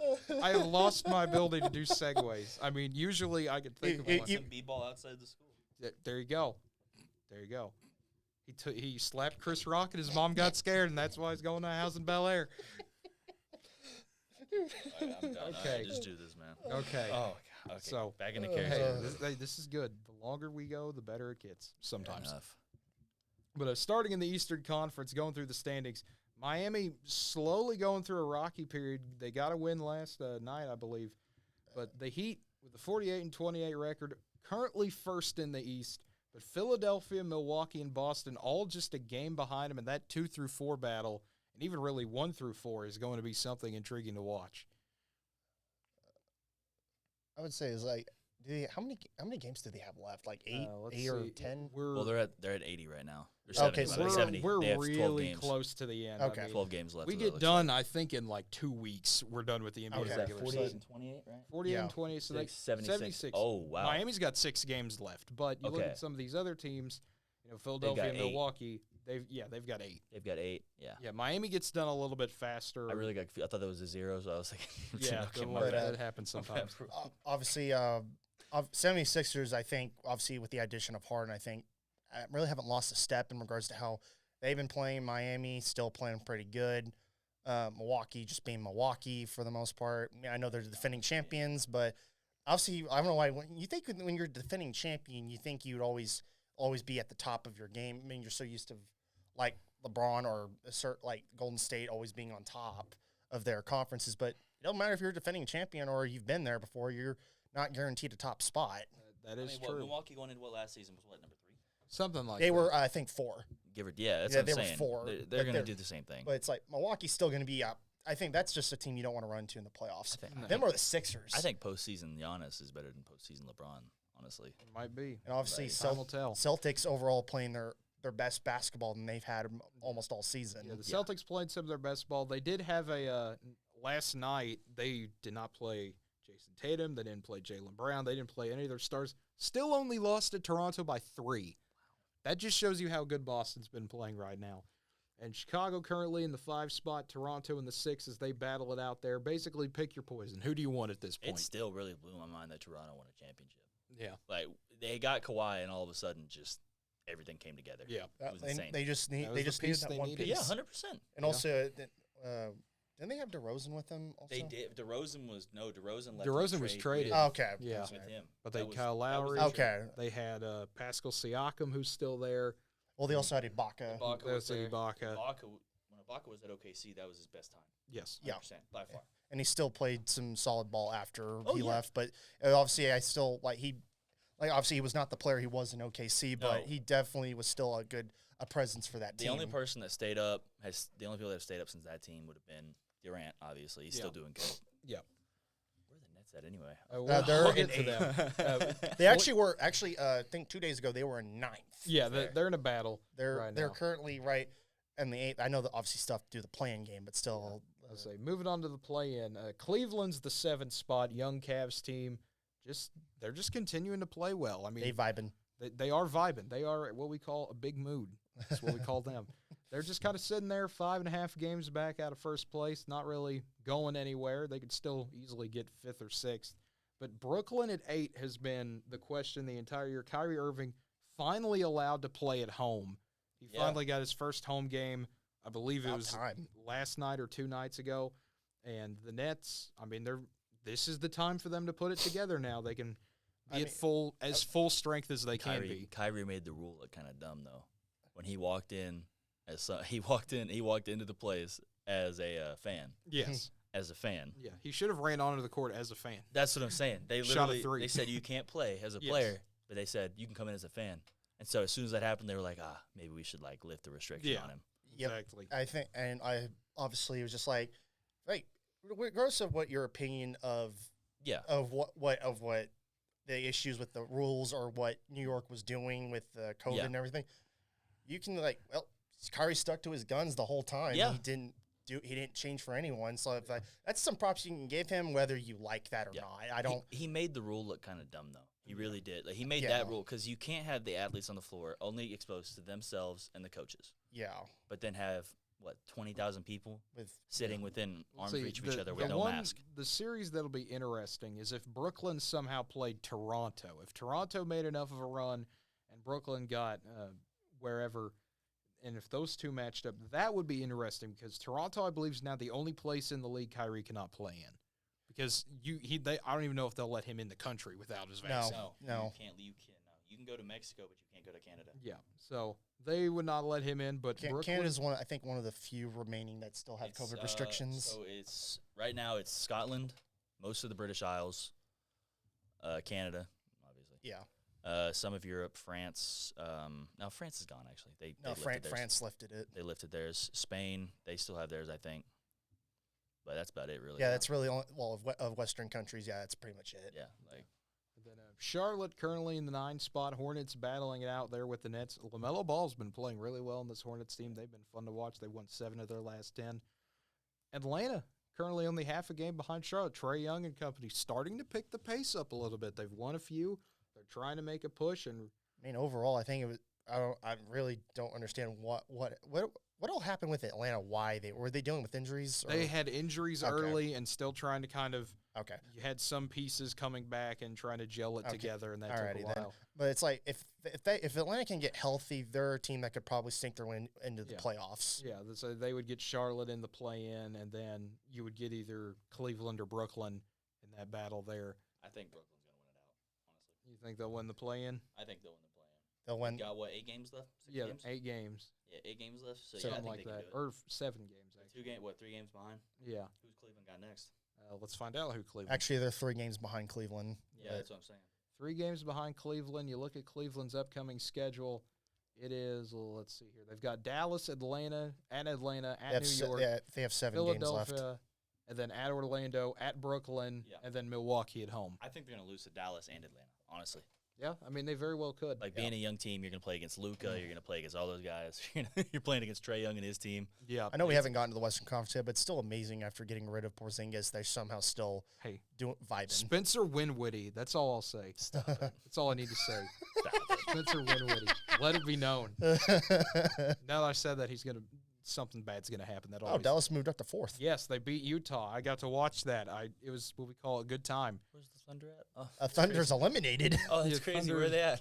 They're all the way down here. And they're trying at this point they're trying to tank for that first pick. Hey, they're fighting Houston. They have every pick. They have They 4 have first-round picks this year coming up. They have all the picks. Dude. They have every team's pick. Someone said they have 30 picks. If you can't get if 2 of those players don't turn out to be at least good, You've or got really the good, rest of them. Yeah. Dude, they're going to – next year they have 4. Mm-hmm. I mean, and then the year after that they have 3. I mean, They it's got like, a lot of chances. I think have they a have, lot of chances. I think they have 18 in the next 5 years. You better. total. It's like you better amass one of the best young teams ever. Dude, they're doing exactly what Orlando did in the 90s. Yeah. They picked up Shaq, Penny Hardaway. I can't what is it? They even got Dennis Rodman at some point. No, Dennis Rodman. They had Horace Grant. They had Horace Grant. Oh, it's true. Horace Grant, Where am I think? because obviously Chicago was not willing to pay him. That's true. So Horace Grant went to went there as a free agent. And that was kind of the big changing of the guard. Like, people actually want to go to Orlando. Who doesn't want to? Who doesn't want to? Sure Rodman played. Rodman never went. Rodman was on. I mean, he was Pistons, Bulls. He was at the Mavs and the Spurs for like a year. He was at obviously Detroit for the first bit of his career. Then he went to San Antonio, and then the Bulls for 3 years, and then he went to the Mavericks. Why am I losing it right now? I mean, like I'm losing my mind. You don't. I only know that because Then he went to North Korea. Never forget. Yeah, he said one-way ticket, never coming back. It's like I only knew that because of there was a video about how good was Dennis Rodman, and basically they just said, oh yeah, he's the great. Right at the beginning of the video, they're like, yeah, he's the greatest, probably defensive and rebounder. Well, yeah, the reason why I saw that is because I saw the Orlando Magic documentary. Yeah, this Magic moment. That's a really good documentary. It's really good. Yeah, I watched that, and the only reason I remember that is because there was a specific spot where he said, "I need to let somebody else start in front of me." One of the guys said, I think it was Horace, honestly. But might have been. I might have to check this. You guys go ahead. Yeah, okay. You guys know a little more basketball than I do. Okay. Well, the Knicks are currently in the 11th spot there, 4.5 games out, trying to crawl their way back in by any means necessary. They gotta hope Atlanta collapses again. They've got to need a lot of things to go their way. Imagine not going to the playoffs for years, making it during last year, and then not going back. Getting owned by Trae Young, and then resulting back in mediocrity. Couldn't be me. Couldn't be me. It was the Pistons. I'm there stupid. You go. That's on me. Hey, it's okay. It's all good. It's okay. Phoenix in number 1. Then the Wizards, currently the 12th seed in the East, just a game behind the Knicks. And then the Pacers, Pistons, and Magic. Orlando currently the worst record in the NBA, tied with Houston in the race for the bottom. Got to get that number 1 pick. The tank is truly on. Wow, Houston is number 1. Oh, my gosh. But moving on to the West, Phoenix has clinched the number 1 overall seed and the best record in the NBA. Phoenix, I mean, and the thing has been, they've been doing it with whoever. Chris Paul's been out. Devin Booker's been out. DeAndre Ayton's been out. It does not matter. They have the depth to compete with anyone. Like their depth, I think, all around that it is probably the best team in the NBA. Like their bench stepped up whenever obviously their main guys went down. Yeah, and obviously one of the guys who was really stepped into his own, I forget his name, but he was drafted by the Thunder. Yeah, Cameron Payne. Yeah, Cameron Payne. He was drafted by the Thunder, was not good at all, goes away, and then revitalizes his game. Comes back with Phoenix during the bubble and proceeds to do well enough in the bubble where they're like, hey, we're going to keep you. And then he's been a great backup guard. Who's the transfer? Victor Oladipo. Same thing. Left OKC. Played for the Magic. Came really good. Yep. Went to the Pistons, right? Was it the Pistons? It was the Pacers. It had to have been It the Pacers. really, That's right. I think it's. And now he's with the Heat. I think it's just Oklahoma City, man. It's the coach they've had Donovan or Donovan Billy Mitchell, Donovan. Or Billy Donovan, yeah. Billy Donovan. I said Donovan Mitchell. That because Donovan Mitchell. The OKC was a better team with Scott Brooks was the coach, but when they got rid of Scott Brooks for Billy Donovan, the team never really meshed together at all. I feel like Billy Even was with a Durant. better coach. The first, what was his name? Scott Brooks. Oh my gosh, Scott Brooks was Scott Brooks was with I think was there when they were the Supersonics to 2015. Yeah, no, he was there the whole time. Yeah. He was amazing. He was He was better at bringing the team together. Yeah. Billy Donovan was a better coach, like all around. Better X's and O's guy. Yeah, better X's and O's guy. Scott Brooks is obviously the better player person. Yeah. Easily by far. And in the NBA, you kind of need either a little bit of both, but you need more of a Because when you person. take a team that's been around for only 5 years in OKC to the finals and almost beat, give or take, one of the best teams ever. They Like, sadly they went 4-1 against the Heat, but Yeah.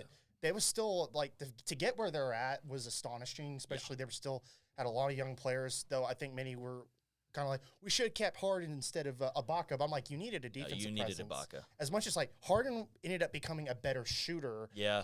Later, but thing is, at the time, yes, in retrospective, it's You saw that too, right? Yeah, we got power. No, it was lightning. Okay, well, it might have been.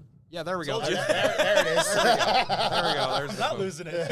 Okay, good. But Yeah, I just looked Why up did and I I thought it was the light, and it was why like, did I oh, wear there's- obviously in shirts must be cold. retrospective, you probably keep Harden, but at the time, it's like Ibaka was playing his best basketball as in the post as a power forward, and you didn't know if Harden was going to keep up his momentum, and so you can't really blame on the 50-50 on that choice. I mean, it's like so you obviously you can't really tell what can happen, but moving on to the West fully. get to from second down. Yeah, getting. I just saw something funny. My buddy who's on crutches, you know Louis, right? Louis, No. Big, tall, 7-foot Okay. football player. He's on Okay. crutches, right? Yep. He said, I don't want to go out in the storm. And I was like, all right, I understand, because we just heard the lightning. Yeah. And he goes, I'm a walking lightning pole. Dude, That's he's like, funny. as soon as he said That it, he is said, funny. I know you heard the lightning. I know you heard it. But obviously, Yeah, let's keep Memphis clinched the playoffs with a 53-23 record, which is still one of the second best record in the NBA and second best in the West. Yeah, I mean, Ja Morant and this Grizzlies team has been fun. Even without Ja Morant, it does not matter. It could be a Desmond Bain. It could be anybody can step up for the. It could be Isn't Steve Adams with the yeah, Grizzlies? Steven Adams with the He's Grizzlies. been Oh, he solid. is? Yeah, he's been. So he gets another chance at the playoffs. He does. And I think Adams has been playing better basketball since he left New Orleans. Yeah. Yeah. Like obviously he's not what he's obviously he's Never, no, he was at OKC. Definitely Yeah. not. Yeah. The best dodgeball player of all time. That's true. But the Warriors in the 3 spot, and this could change soon. Dallas a game and a half out from the Warriors. Keep in mind, Golden State's playing with no Steph Curry, and last night they played Memphis with no Klay Thompson and no Draymond Green. You're relying on Andrew Wiggins to be the guy, and he's a good player, but he can't do it all by himself. He hasn't been that good. He hasn't. But been he's an all-star. He's an all-star. He hasn't been the greatest he's ever been in about 5 years. Yeah. but Whenever he was still in the Timberwolves. I still think from 3 to 6 that is Yeah. you don't want to play any Being of those decided teams. by 3 games, and then Dallas currently in the 4th spot. Mavs are playing decent basketball right now. Luka Doncic playing well. Phoenix is just standing above everybody, Phoenix, just looking down. Phoenix and Memphis are just kind of waiting. Dude, I'm telling you right now, Phoenix is literally like this, arms out, just staring down at everybody Yes. else from the top. I mean, I think they're Phoenix. just kicking back with the Phoenix is one of those where it. Oh, wait. Usually, it's one of those. Your goal is just to have a good season and all that. If Phoenix does not win a title, I think this season's a failure. In the Honestly, It- 100%. I mean, with how well they've been playing with it and without their best players, it's like if you don't win an NBA title with this team, I don't know your how they would win one. this is a losing season because it's like you can't play this good of basketball in the regular season just to either get eliminated early in the playoffs or lose in the finals. I mean, didn't Golden State win 72 games or 73 games? 73. They lost, yeah, they And lost. then lose in the finals. Yeah, 73 No one's going to and remember the 73 wins. They're going to think about the finals. Thing is, Yeah. they should have been eliminated in the Western Conference by the Thunder. Instead, the Thunder decided to Durant decided not to play very good basketball, and Yeah. Westbrook was like, "Where They is played everybody?" the first 3 games, Durant was going off. Yeah. 35 points a game, something like that. Like 12 rebounds, like he 12 was playing. assists. He was playing the best playoff basketball in those 3 games of his career. And then all of a sudden they lose one. He's like, I'm a little sad boy, and just cries about it. And Like, then- then goes to the team. Yes. goes team, and then proceeds to say the Thunder was not a championship team, despite like You almost beat the best team in the NBA. How can you say that? It's really the double 3-1 no one's gonna think about how many wins they had. Like if like you said, if Phoenix loses this, it's a failed season, 100%. Like they put in all their work to get 60 plus wins. No, that's so bad. And then Utah currently at 5. Rudy Gobert being a bit injured right now. Jazz trying to get back to their winning ways. They've lost 4 in a row, and Denver's only half a game behind them in the 6th spot. And keep in mind, this Denver team, no Jamal Murray, no Michael Porter Jr. almost the entire year. Nikola Jokic just dragging this team to 45 wins right now. And, I mean, Denver's the same way. You don't want to play this Denver team. You know what they're capable of. Even though they are injured, they've learned how to deal with that injury. Mm-hmm. And it's basically, it's like, obviously, if you're the Suns in Memphis, you don't have to worry about any of these teams until the second round. Yeah. But you 3 do not. 6 is going to slaughter each Yeah, other. they're going. It's going to be. fun. It's going to be the best NBA basketball to watch. It's the best string of games Yeah. of all time. You got to who's up next on the Golden State on their like records anyway? Looking at Golden State, Yeah, look at Golden State first. Their next few games, looking at their schedule, is going to be an interesting time because they've still got Phoenix okay, Wednesday. yeah, that doesn't. And then that game doesn't Utah, matter. Sacramento, the Lakers, San Antonio, and New Orleans. Yeah, they have to win every game. I Besides, if they have to beat Phoenix too, if they want to stay in it. If they want to stay in the good positioning, they're going to need a lot of miracles. But these 3 we'll talk about at the end. The Lakers, the Spurs, the Pelicans, these are 3 hungry teams right now because they are all in what we call a bind. As Minnesota, the 7th seed. How about D'Angelo Russell and Karl Anthony Towns? And even Anthony Edwards, just playing, just vibing. Pat Beverly just running around doing his thing, playing good defense. Pat Bev is a lockdown defender. He is. Has been for a while. He's a guy you love if he's on your team, and if you were playing against him, you absolutely fight him. despise his You want to existence. punch that man in the Suns face. fans wanted to fight him. I think everyone has wanted to fight him at some point. I and wanted that, to fight him. Not gonna lie, I didn't even know who he was until the Clippers Suns matchup. I would It say was the like, Thunder mostly remember him for the guy that dove after Russell Westbrook trying to get the ball, and ruined his Iron Man streak. But that's one of the memorable Westbrook Beverly moments, and that's been a fun player rivalry. And the Clippers in the 8th seed, Paul George expected to be back in time for the playoffs. So, about time he gets back in I it. mean, the Paul Clippers- George coming back. So excited. Dude. Yeah, Ugh. Clippers Crazy. 6.5 games out. What about Kawhi? No one knows at this point. Kawhi's doesn't talk, dude. He's not gonna learn anything from him. Kawhi's just gonna show up one day, and that's how they're gonna know he's gonna back. put his hand on Paul George's face, and it's gonna cover it. He's gonna say, "Get out of here," and throw him. Dude, that man is a unit, legitimately, the epitome of an Iron Man, like just built different. Yep. I'm using a lot of weird slang right now. It's okay. But It's okay. like when you are that big and can move that fast, and you are that athletic, just just because you work hard, Yep. you don't say anything, you're humble. He's a rare kind of athlete, 100%. And then the Pelicans currently in the 9th spot. C.J. McCollum leading this Pels team to the 9th seed. They're half a game above the Lakers, and they're trying to get the Clippers. They're trying to get that 8th spot. I know. Did you say C.J. McCollum? Yes, he got traded from the Blazers earlier this year. Yeah, no, Portland is Yeah. tanking. Por- Damian Lillard's not playing. They're resting like 4 starters. I know they're not playing Yusuf Nurkic. They're not playing Eric Bledsoe as their backup point guard. Blazers are going full on tank mode. I don't think they care. Like, I really. don't think they care. I at think this they're point. worried about just getting. I hate it how, despite everything, how loyal Damian Lillard's been to gotta leave. Portland, that organization has not done any favors for him. No. So it's like, I get it. Damian Lillard is a loyal player, but there's a time when it's like you got to realize you got to get out. You know, but he won't. I don't think he's ever going to leave unless the He should have Blazers left treat him. 3 years ago when they beat OKC. Right after that. I think after that Western Conference Finals, that was the time to go. That's what I'm talking. Yeah, that's it. Where there's nothing else I can do here. Yeah, My time is gone. you were relevant. That he was relevant then. He would have gotten a max contract at another team. Yeah, so because this isn't even like the being a Mavericks fan myself. The Dirk Mavericks teams where they just kind of sat around the 7-8, and that was just where they're going to be. Portland's not even at that level. No, I figured if they made some decent moves, they can maybe be there for a year or two. Definitely Trailblazers. But they're Trailblazers. They've gone from really good to really bad really quickly. And speaking of really good to really bad really quickly, the Lakers in the 10th spot, half a game behind New Orleans, half a game above San Antonio. The Spurs are coming for the Lakers, folks. And go Spurs. yeah, Spurs have won 4 in a row. Lakers have lost 2 in a row. No one knows when Anthony Davis is going to be back. Probably won't be back. No one knows what in the world is going on with this Lakers team. The whole team's falling apart. I mean, the entire team's falling apart. Also, trading your entire bench for Westbrook really didn't help. I mean, Dallas is already beating the Lakers 16-8 tonight on TNT in the first quarter. You look at the Lakers schedule after this game, you got at Utah, New Orleans, Denver, Phoenix, Golden State, Oklahoma City, Denver. You play. They're losing half. They're losing over half those games. I mean, you could say loss. They might win one more game. Honestly, they might beat Oklahoma City, and that's it. No, if they don't get honestly, Anthony Davis back, they're not going to make honestly, it. I think OKC will win that game. I mean, OKC could win that it game.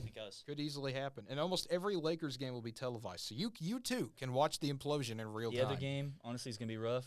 I honestly think they have a chance to beat Denver, but other than that, I mean, New Orleans is New Orleans all shut them down. They don't have LeBron or Anthony Davis. What are they going to do? Yeah, it's one of those. I'm really curious how long Westbrook's contract And Westbrook's is. shooting like 6-foot air balls. It's true. Like he said, like Connor said, he traded away the entire bench for Westbrook. Westbrook hasn't been that good since Wonderful he left trade. OKC. Yeah. Wonderful. When he left OKC, that was kind of like his. He started teetering off when he got to Houston, but it wasn't noticeable. And then when he was with the Wizards, I'm like, this guy he's not remotely the same player he used to be. Yeah. And then as soon as he went to the Lakers, like I already could see him just being really bad because you could see it. I could see it coming, especially if you just watch the Thunder grow. His best years when he was with Durant. Obviously, when he was by himself, he still played really well. I mean, he won an MVP, but still the triple-double season. That was. But it was like, dude, it was pretty good. Like, he's good. Then you saw his last year with Thunder, he was teetering off.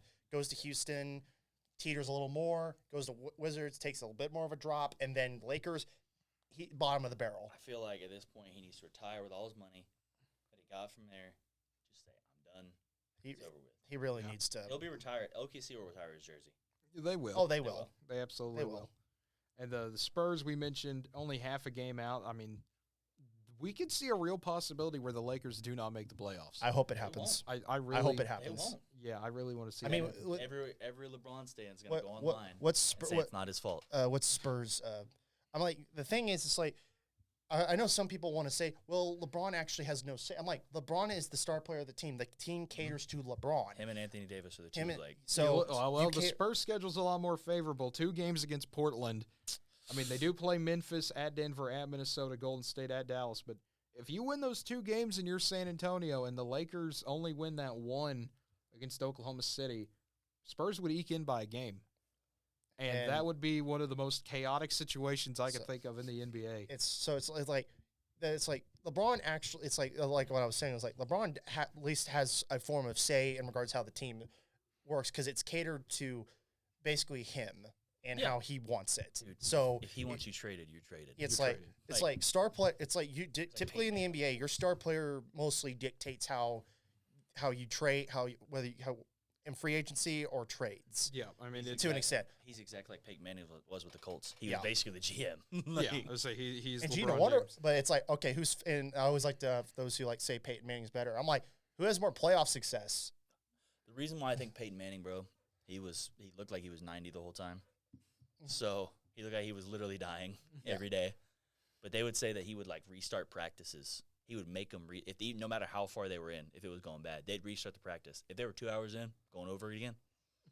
Like the man had drive. He had drive, but I just wish that will to win was there. Like he could play like that in the playoffs because he really did not have good playoff success. Like he had amazing regular seasons, but proceeded to just fall apart at the worst time in the playoffs. That is true. I mean, whenever he did win his Super Bowls, that was the years whenever the whole team was clicking. It wasn't always just him, obviously. Yeah. He had Marvin Harrison, dude. They were unstoppable, legitimately. Yeah. That obviously the one where they won with the Colts. You also played. I'd say arguably probably one of the worst Super Bowls to watch because just how bad the conditions were. Marvin Harrison, Dallas Clark, all those guys. But it's like, the Colts were really good. Bears actually were just the surprise team that got there. No one expected the Bears to make the Super Bowl. What year was that? 2006. But it's like Colts, you expected them because they were really good. The Bears just had an unbelievable season. But obviously, then the Bears teetered off for a few years before they made it back to the NFC title game 4 years later. But then he obviously when he goes to Denver, obviously put together a regular. What? You done research on this, haven't you? Hmm? You done research on this? Not really. Well, Decent amount. Well, you grow up As a coach. Well, I'm not. I'm no. But it's like Not. I'm not what? You're not Not what? a Colts fan. No. Oh, okay. I was never was. I never was I was really like confused. when I was little. I was a I confused. I rooted for Dallas, but then I pushed away from them Smart. and was Solid more. Solid. I also grew up watching Kansas City. Yeah. So I catered to more of the Kansas City. Yeah. Squads. Like obviously became a Chiefs fan around 2011. That was Fair the one year they had a miracle run to the wild card round. Then they tatered off and actually got some. And then I was there through the Alex Smith years, Yep. and then obviously when Mahomes came in. Alex Smith was a solid quarterback. Oh, yeah. I don't know what happened to him, honestly. I I know he went to the Redskins. Or my bad. At the time, The they were Commanders. called Time. that. Nope, You could calling s- them the Commanders. I'm gonna get beat up. I called them the Deadskins. They're just kidding. He's still they playing with just- that, bro. listen. I got nothing else to do. I'm just over here losing this like I got a cane. Like I'm just enough, I'm fair just enough. using But, my time. Obviously, I think Alex Smith. I know he spent several years with the Niners, where they just didn't have a proper system, and he never really got to flourish. Yeah. I know the year when Harbaugh came in, he played much better, but then obviously they decided to go with Kaepernick Yeah. instead. I mean, Kaepernick, in my opinion, worked better under Harbaugh than Yep. anyone else. After Harbaugh left, he fell off. But Alex Smith got lucky. Andy Reid was willing to Yeah. take him, and the Chiefs were like, "We'll take you." And then Alex Smith played much better football than he played in years. Andy Reid's good. Andy Reid's a good coach. Yeah. Really. Someone say something? Yeah, I was saying Mike and Perkins saying Manning didn't have Belichick. That's one of the main differences there. Well, okay, it's like Colts had some good coaches, but obviously no one's going to compare to Belichick. What? What's his name? Oh, my dad. Name? Yeah. Yeah, that's Connor's dad. That's Mike. Oh, okay. No, you said Mike Burke. I was like, dude, Mike I in read- Perkins. Mike, that's, Oh, Mike. He's in Perkins. He's in Mike Per- from he lives in Perkins. Perkins. That's where I'm from. That's where he's Fair from. Wait, you're from Perkins, Oklahoma? Yeah, I'm from Perkins, Oklahoma. Oh, that's tough. Do you know a girl named you might know her. I gotta remember her name. Her name's Bailey, I think. Bailey who? Dude, give me We had multiple Baileys in the school. give me a second. She was a blonde girl that played softball. My bad. Let's get off this. We don't- I was we- about to say this is the We'll save personal. that afterwards. This is the personal part of the show Well, today. Well, no, we're cutting that off. We'll save that for later. Well, okay. I'm gonna find it. You'll find it, but we'll go talk about it later. He'll Yeah, find it's it. good. I'm gonna find her though.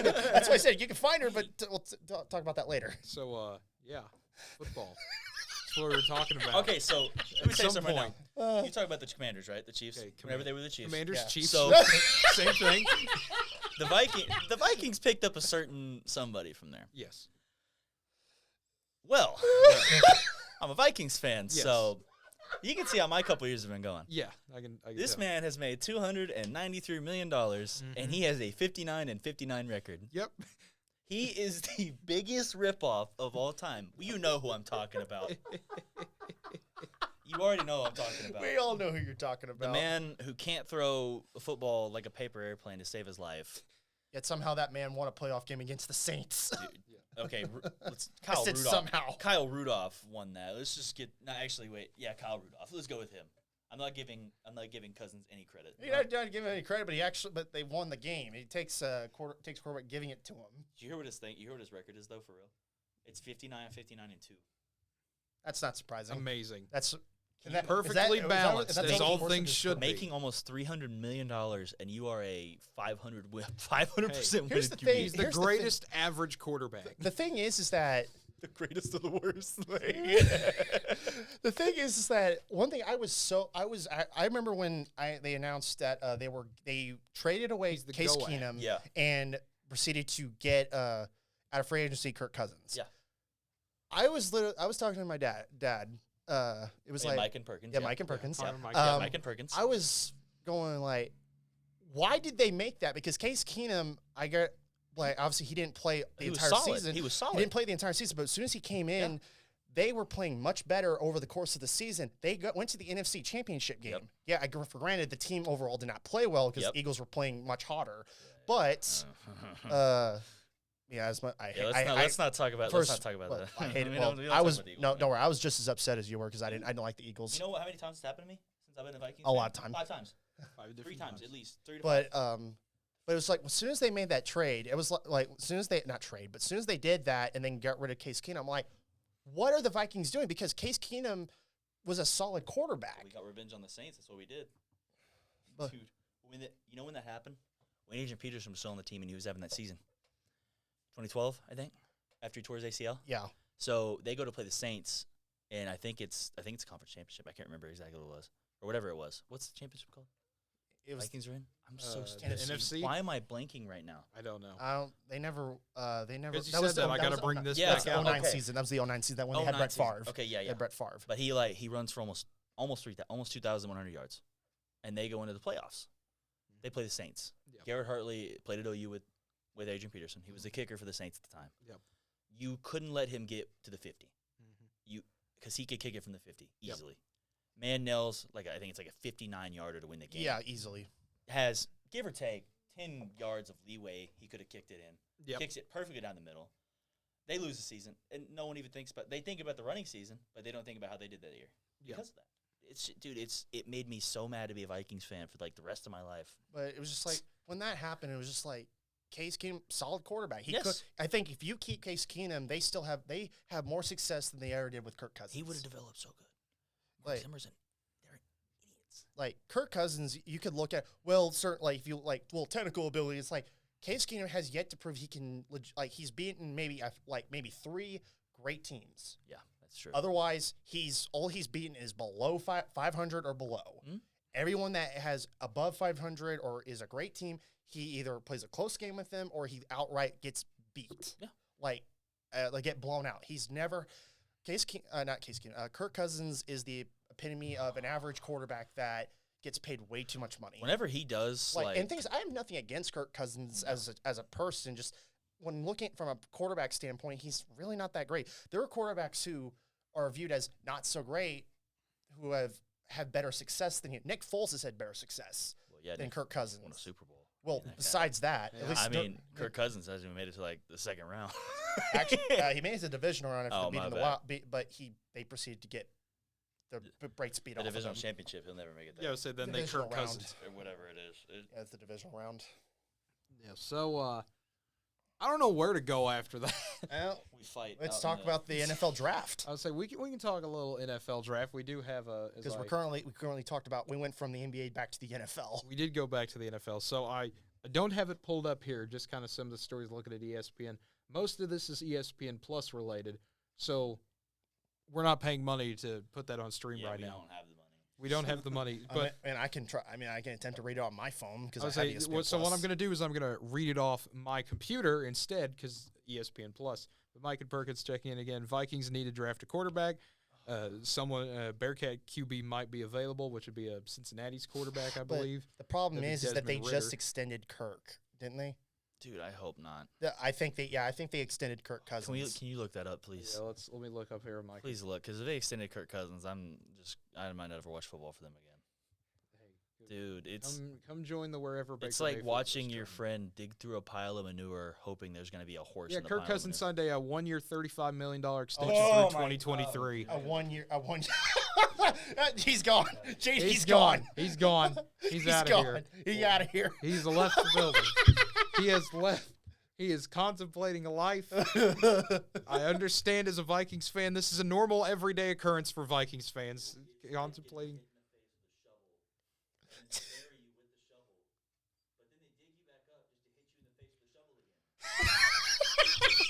I don't know if the mics heard anything, but that was hilarious. That was great. Mike saying that the Bearcat quarterback would be under rookie salary. He would be. Yeah. It's just where do you send Kirk Cousins to now?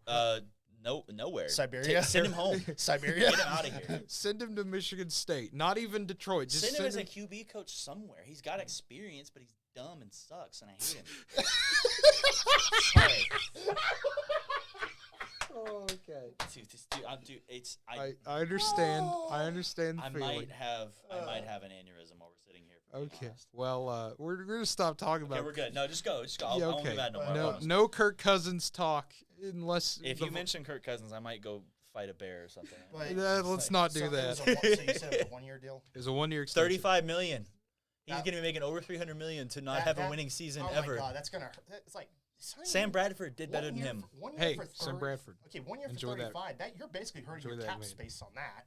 Yeah. for the season. Yeah, Mike and Burke could say, Cleveland could be a destination as a backup. I think unless you do Kirk the Cousins at the point in I'm his fine career with where he's that. a Go unless ahead, you go to unless you do the trade around or something like that. I hope really he goes don't to know. Cleveland, and I hope that he never plays. I mean that He won't could play very well unless happen. Deshaun gets hurt. Deshaun is, Or get suspended. I think he's going to get suspended. I He'll think at so. least get Goodell is suspended gonna for a few take it out on games. him and just- I think so too. There were rumors coming from Baker's camp. Now this was a long time ago that he might get traded for Kirk Cousins. That was one of the early rumors before even the Deshaun Watson thing. I hope that happens. I would say that was a thing that I know Vikings fans, some of them were excited for. I would have been excited. We missed Teddy Bridgewater. Yeah. Like a lot. Yeah. I miss him, dude. Do you miss Before Sam he Bradford? got knocked out, he was a good QB. Yeah. I mean, he was considered the best quarterback in the draft. Yeah. Whenever he got drafted, And then he ended up being an actual good quarterback in the NFL. he's solid. He was a solid starter. Yeah. I mean, he's not the best quarterback in the world, but No. he can get you some wins. 100%. Yeah, It's but, better than Kirk.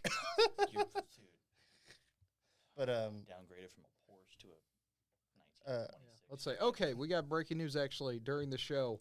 This happened earlier today. Roger Goodell saying that Deshaun Watson could still face NFL discipline, but the commissioner's exempt list is unlikely. So he could still be disciplined but he won't be under missing. the league's personal conduct policy. Will he miss any? Are they saying he'll miss any games? I Probably honestly not. don't know. Probably like probably just get fined? 1 to Yeah, 2. obviously these are serious charges, so we're looking at it seriously. What? Okay. You look at Which look at charges your have you his- ever looked at seriously? What- Work at the history. Yeah, Really? so don't bring up the list. We're going to be here 9 hours. Oh, you say look up the history. We were doing that right before we got on air. Yeah, we were. we were.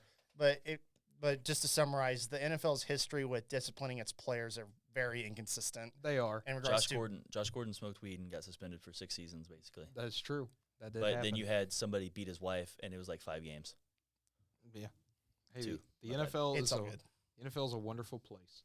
It's where the dreams are made. That Hey, is that's true. Disneyland.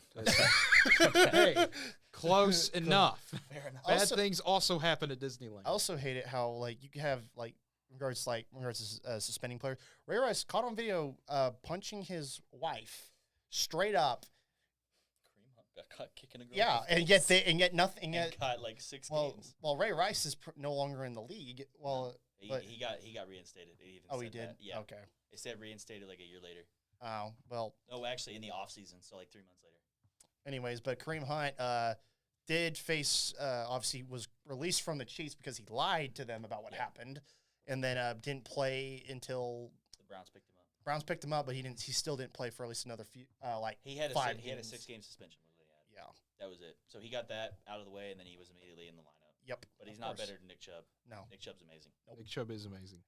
One thing I really hate is that there's Chiefs fans who are like, we'd like to have him back. I'm like, I don't want him back. No, he can. That's an awesome running back duo.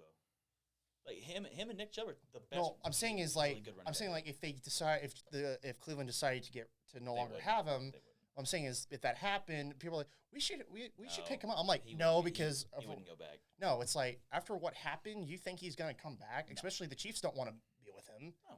because one, he lied to the team he lied to ownership, management, and and the team about what happened. And then he didn't realize I don't think he realized it was a video. Yeah. That's why. But If he would have came clean and said yes, I this happened, I did this, he would have been suspended by the team, but he wouldn't have been released. Fair. But the fact that he lied about it is what got him kicked off. Well, like I mean, when you're the best kicker in the NFL, it's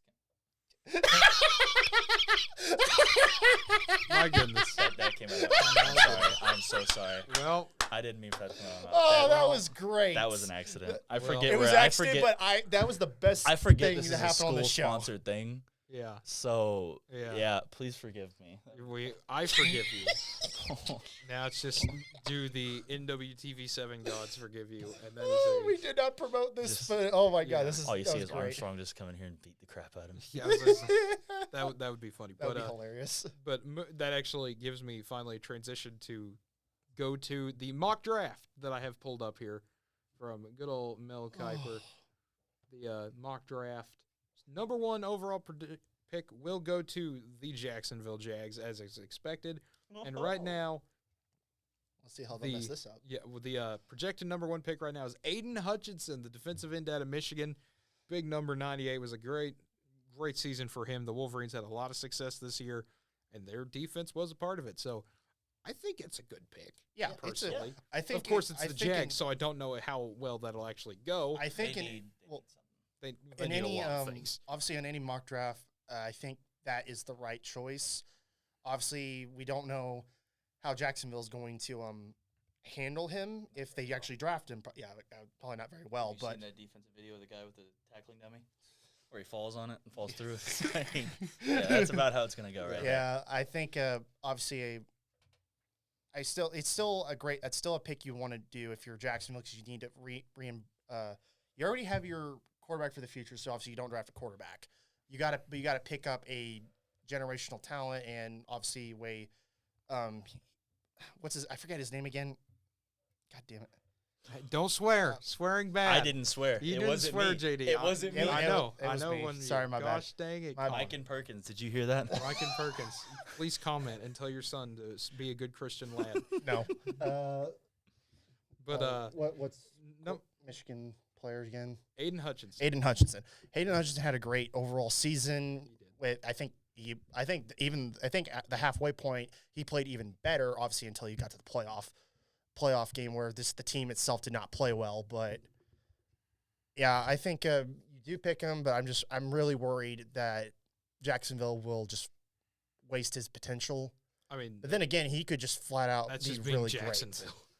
great. But second pick goes to the Detroit Lions. They are currently projected to get Kyle Hamilton, the safety out of Notre Dame. So, I mean, the Lions kind of the logic here building up, continuing on defense. Mike and Perkins said, huh? LOL. Of course. Yeah, of course. Thank you, Mike. Yeah, thank you, Mike. Detroit continuing with defense. They got Kayvon Thibodeau. He'll be in play here as well. I mean, that would be an interesting matchup as well if they got Kayvon Thibodeau. But Kyle Hamilton, I think once again, I mean, 6'4" safety. That's always you need size. That's a tall for a safety. Yeah, I mean, like most secondary players are not very tall. LSU, Malcolm Rodriguez is like 6'2", 6'3" almost. But he's a linebacker. No, he plays safety. No, he didn't. he plays all the positions. Well, yeah, I'm talking about I'm just from college. Well, no, I'm telling you, he's a safety by heart, like 100%. He hits like a truck though.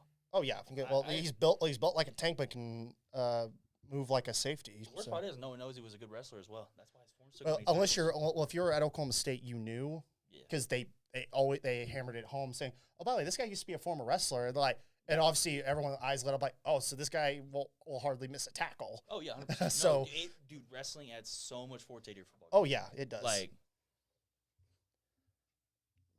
I was like, what are you looking at, dude? I like sat. Listen, hang on. Bro, every what time is you laugh, I can't. I don't know, dude. Okay, never mind. Keep going. Okay, I moved and like I heard the chair. It felt like the chair was but I mean, like, but obviously, like typically, like besides you see some, usually you see for secondaries why I'm like 6'4" safety. That's usually you just don't see that. Yeah. That's like basically what I was meaning. Guys like that, Xavier Rhodes, that moved to corner. Yeah, but it's like. Because typically, like if you're that size, they typically in college will move you to linebacker or put you on a defensive end. I'm 100% sure they're going to move. Malcolm can play secondary. Oh, he could.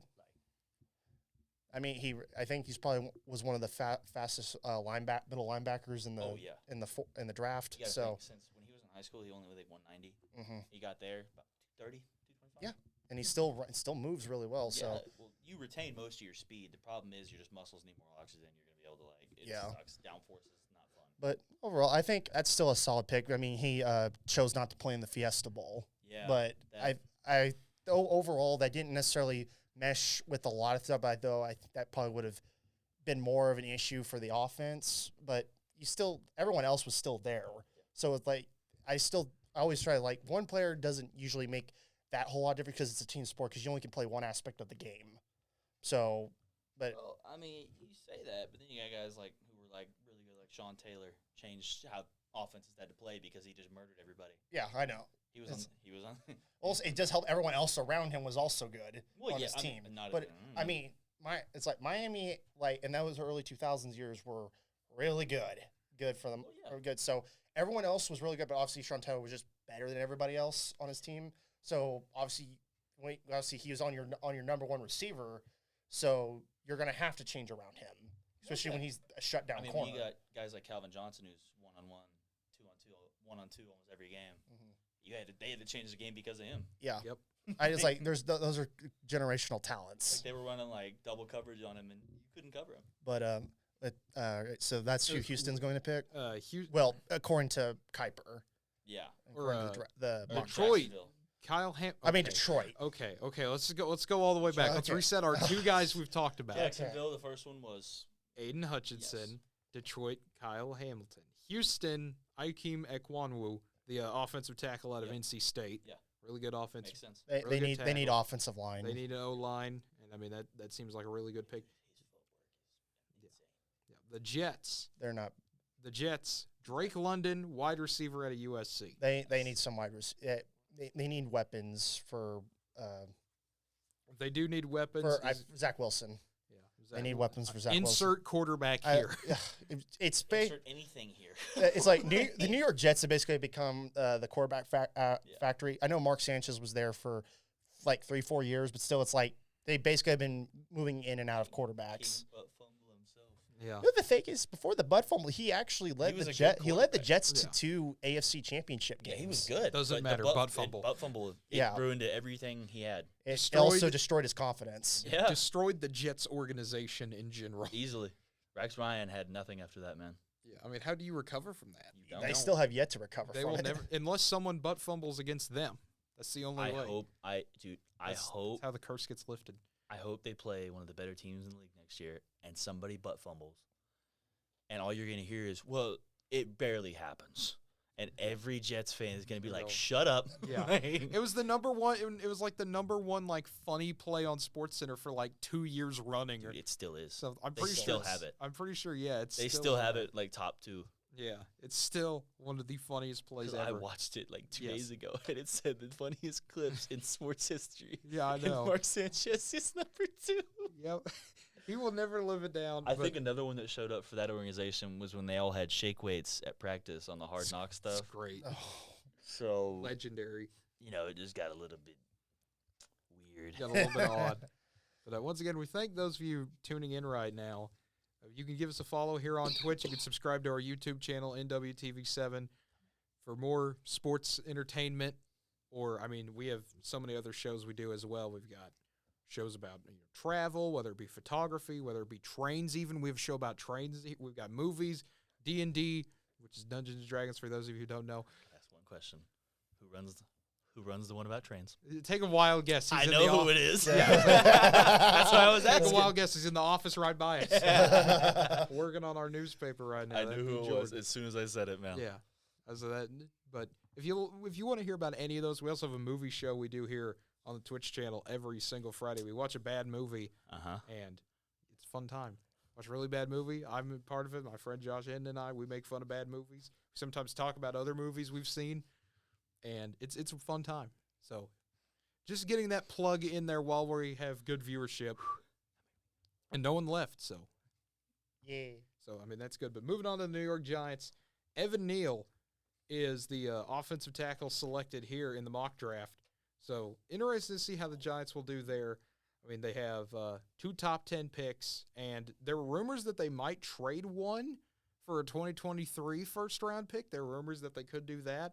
I don't know why they would do that. That doesn't make sense. That doesn't make sense. It's the Giants. It doesn't need to make sense. They don't need Well, to do that. They need to build their team right now. Well, they are the derp for a reason. I mean, it's just it doesn't make any sense. Whenever they had the good times and Eli was there. No. And they were fine and they won a Super Bowl. No. They won 2 of them. It's weird. I think out of all quarterbacks in Eli was probably one of the most undeserving to win 2. Well, he won them. I know. That's I all think that he won matters. them. I know that That's all that matters, man. there's like, if you take a look at his entire career, he really wasn't that good, yet somehow still won 2. I think why everyone loves him is because there's 2 brothers, both played quarterback. And they also beat. Both are Brady. going to be Hall of Famers, basically. But that's why. I'll be back. Alrighty. Well, I will. You See you later. guys, I'll catch up with you guys. Okay. My bad. Okay. So 6th is Carolina, and they're projected with Trayvon Walker, defensive end out of Georgia. You could get anyone from that defensive Fair unit enough. Georgia had, and Fair enough. just absolute monsters that they had this year. I mean, there are some people. 310. Yeah, my goodness. He's 6'4". Yeah, I mean, this guy's 6'5", edge rusher. My goodness. You gotta understand, when you get to college, when you see these defensive linemen you got to go up against, or anybody, going from high school in Oklahoma or wherever you're from to here, it's like Nerf to the top level. Yeah, it's nerf or nothing. It's bad. It's bad. Yeah, but the New York Giants also have the 7th pick via Chicago, and Yeah. they're projected to get Kayvon Thibodeau. So you get a good offensive guy, you get a good defensive guy. Thibodeau was really good at Oregon, and I mean he was disruptive. He had multiple big moments. I know that game against Ohio State early on in the year, he was you're right. disruptive. Many people believe they put him kind of as an everywhere position. He's listed here as a defensive end, which is where he mainly played, but He was a Viper basically. yeah, they got him So spread wherever. out, he would apex out and play coverage. Yeah, they That makes put sense. him really everywhere So they that needed makes sense. to. They would have probably more than likely covered curl flat, didn't he? Yeah, I mean something like that. I mean, he would curl flat is just Yeah, yeah. Just making sure. Yeah. But no. it's okay. I do understand some. No, I was football. just like curl. You know what a curl is. Yes. But flat routes is just like anything the outside, like out route, Yeah, just- arrow route. Yeah. Can't think of the other name. Pretty much anything like that. Yeah. Anything like that. But- Anything within 5 to 6 yards. Yeah, but Garrett Wilson, the wide receiver out of Ohio State, projected to go to the Falcons, who have the 8th pick. That makes sense. They cut Julio. Yeah, that does make sense. You're trying to get wide receivers. You're trying to build your offense back this time around Marcus Mariota. So, interesting to see how that will be there. He got. Yeah, He's on yeah. the Falcons now. Yeah, Mariota got a 2-year deal with the Falcons. This is He needed it. he did need it. He needs that redemption. This is man. where Atlanta is right now. I mean, they're just like Carolina. They could take a quarterback here if they wanted to and completely just start the entire rebuild. I mean, you get rid of your quarterback that's been there for what, 8 years? Yeah, I mean, Matt Ryan's been there. It feels like forever. Dude, I know. I mean, he literally has been there forever. But Well, yeah. He's what, 30 something now? yeah, he's been the face of that franchise for so long. So it's going to be interesting to see how the Falcons. Well, like he could never ever overshadow Julio. Yes. Ever, but they cut Julio. Yes. But he hadn't been producing. I get that. I mean, obviously, when you lose for that long and all that, I feel like it Yeah. would kill any confidence you have. I think so too. So And then Seattle with the 9th pick via Denver. They're projecting Charles Cross, the offensive tackle out of Mississippi State. I mean, Seattle needs, it feels like, everything at this point. Just They going do. It's just full on in the rebuild. the it only feels thing like. I feel like they didn't need is an offensive tackle. Yeah. They're kind of solid at that position. Left tackle, not so much. I take that back. Yeah, well, they could move to the left tackle then. I don't know these guys' names. I need to learn their names. Well, that's the thing about the draft is always weird. The difference between college and pro is that, college we look at guys and, okay, that Yeah. works there. But it's completely different for pros. Oh no, 100%. Yeah, and that's why it's always fun to kind of go through these because it's like, who is that? Yeah. Who is that? I didn't watch Mississippi State. They're an average to slightly above average team. And it's like, oh, they had a good offensive line. And it's like, okay, cool. How about them Cowboys, though? How about, yeah, exactly. How about them Cowboys? First round exit. Love it. We could talk about that forever. We really could. We need to talk about We that. could do a show just I'm making going to send fun. a text to my buddy and say, come join in and listen to me talk crap on your team. You could do that. Dude, I'm not sure he would appreciate I it. think but you would join just to hear it. yeah, he might. I mean, all the viewership we can get, I'll take it. Fair enough. I will take it. Dude, it's how about them Cowboys, Yeah, baby? just how about them Cowboys? Dude, The Jets have the 10th pick via the Seahawks, and they're projected to get Sauce Gardner, the corner out of Cincinnati. One of the Wait, no, the good one. yeah, the good one. Okay, yeah. God, why didn't I think of that? It was like Cincinnati had a really good defense, and I mean, Yeah. with a name like Sauce, if you're gonna give yourself a nickname, you better be good. He was honestly way too good for that team. Legitimately. Yeah, I mean that. He should have gone somewhere else. I know that sounds bad. I know he stayed loyal, but if you want to advance your career in any way, you gotta go. Like, I know that sounds bad, but if he would have transferred to like any other Power 5, Yeah, any Power 5 school, yeah, he probably would have gotten himself even higher than he already is, and that's saying something. Already being a top 10 pick. yeah.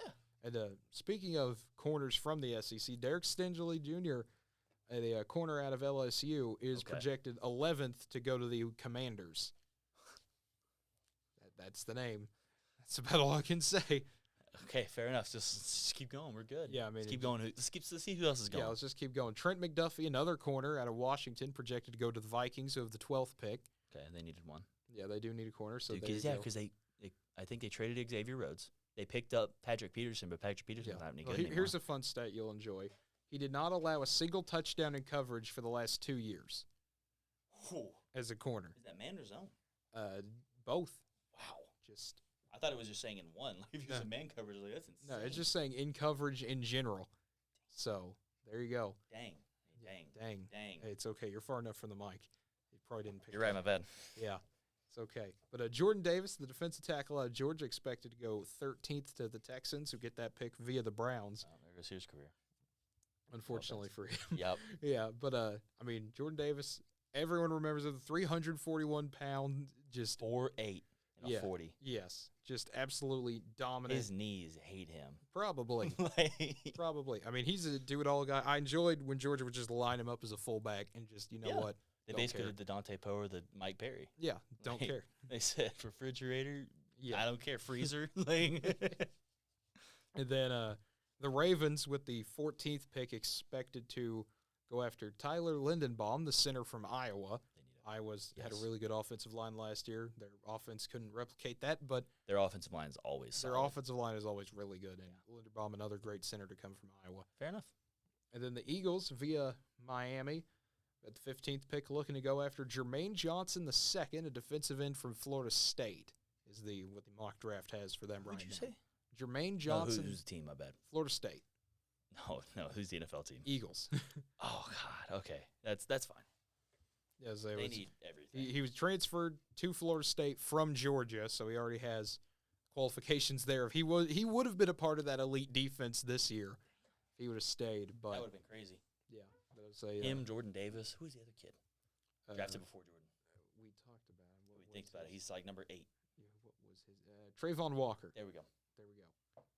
And then look at 16th is also the Eagles. Okay. And they go offense on this one in the projection, going with Chris Olave, the wide receiver from Ohio State, who was absolutely phenomenal. Fair. Just one of the best receivers I saw last year. They're getting some weapons right now. I mean, he's a speedster. In a 40-yard dash, he ran 4.39. That's good. That is. I feel like anything under 4.5 is super fast. Yeah. Like really. Like you gotta think of 4.4, you're clearing 40 yards in almost 4.5 seconds. Yes. That's crazy. That is crazy. But if you're Bo Jackson, you're doing it at 4.1. Yes, if you're Bo Jackson, feel different. Doesn't matter. Tecmo Bowl. I know. Just Tecmo Bowl, put him in, run around in circles, run past your opposition. Chargers have the 17th pick, and Trevor Penning, the offensive tackle from Northern Iowa, expected to go there. The first FCS player projected to be drafted. Fair. And, I mean, this is a little weird. You don't see it up that high, but the Chargers do need offensive line improvement. They do. Anything to keep Herbert protected. Because he's going to be their quarterback for a lot of years. He is. And, I mean, I would love to see that AFC West just continue to be this entire circle of dominance here with, I mean, the Chargers, the Raiders, the Chiefs, and now the Broncos. Yeah. I mean, just that perpetual circle forever and ever. I'm sure Connor doesn't appreciate it with everyone else being good, but you know what? That's okay. It makes for good entertainment. Hey, it does for me. Yeah, it does for me. Doesn't bother me, especially because I don't know where I'm going to be once Baker goes, because I'm probably going to leave Cleveland after that. Fair enough. Yeah. Be a Vikings fan. I might. I rooted for the Vikings. You could experience just as much disappointment, but not be yelled at because you're saying you're America's team. Listen, I rooted for the Vikings when they had Sam Bradford. I rooted for him because of Adrian Peterson. So when they had Sam Bradford, that defense, it felt like there were 17 people in the field. Yeah. It was insane. Xavier Rhodes was in his prime. I know. That was some fun teams. Just my goodness. I miss Percy Harvin.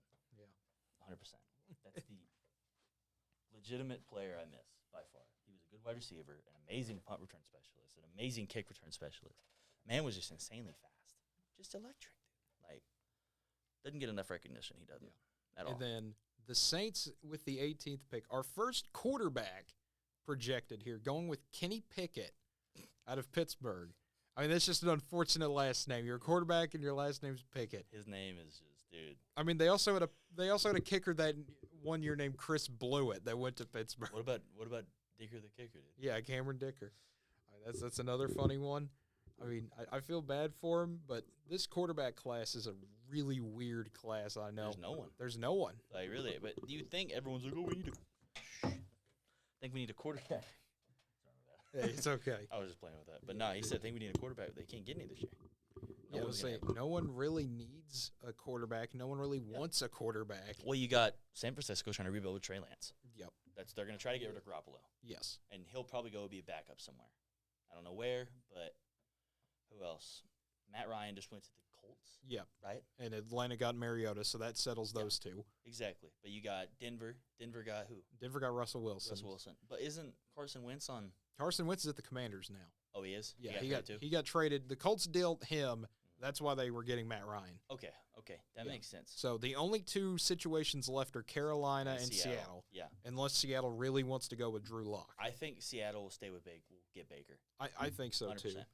Then I will probably. They need a quarterback that'll bring a little bit of energy. Yeah. And they're going to need the that only team one left. Yeah. Then I'll probably go root for the Seahawks then. Fair enough. I don't think I've ever told you my philosophy when it comes to the NFL because I have no ties to anybody. Yep. But college, I do. Being an OU fan, I've had family that goes to school there. Baker, Kyler, Jalen. Yeah, so I always root for the Cardinals to do well. I root for the Eagles to do well because I do want to see Jalen do well. He was a quarterback at OU.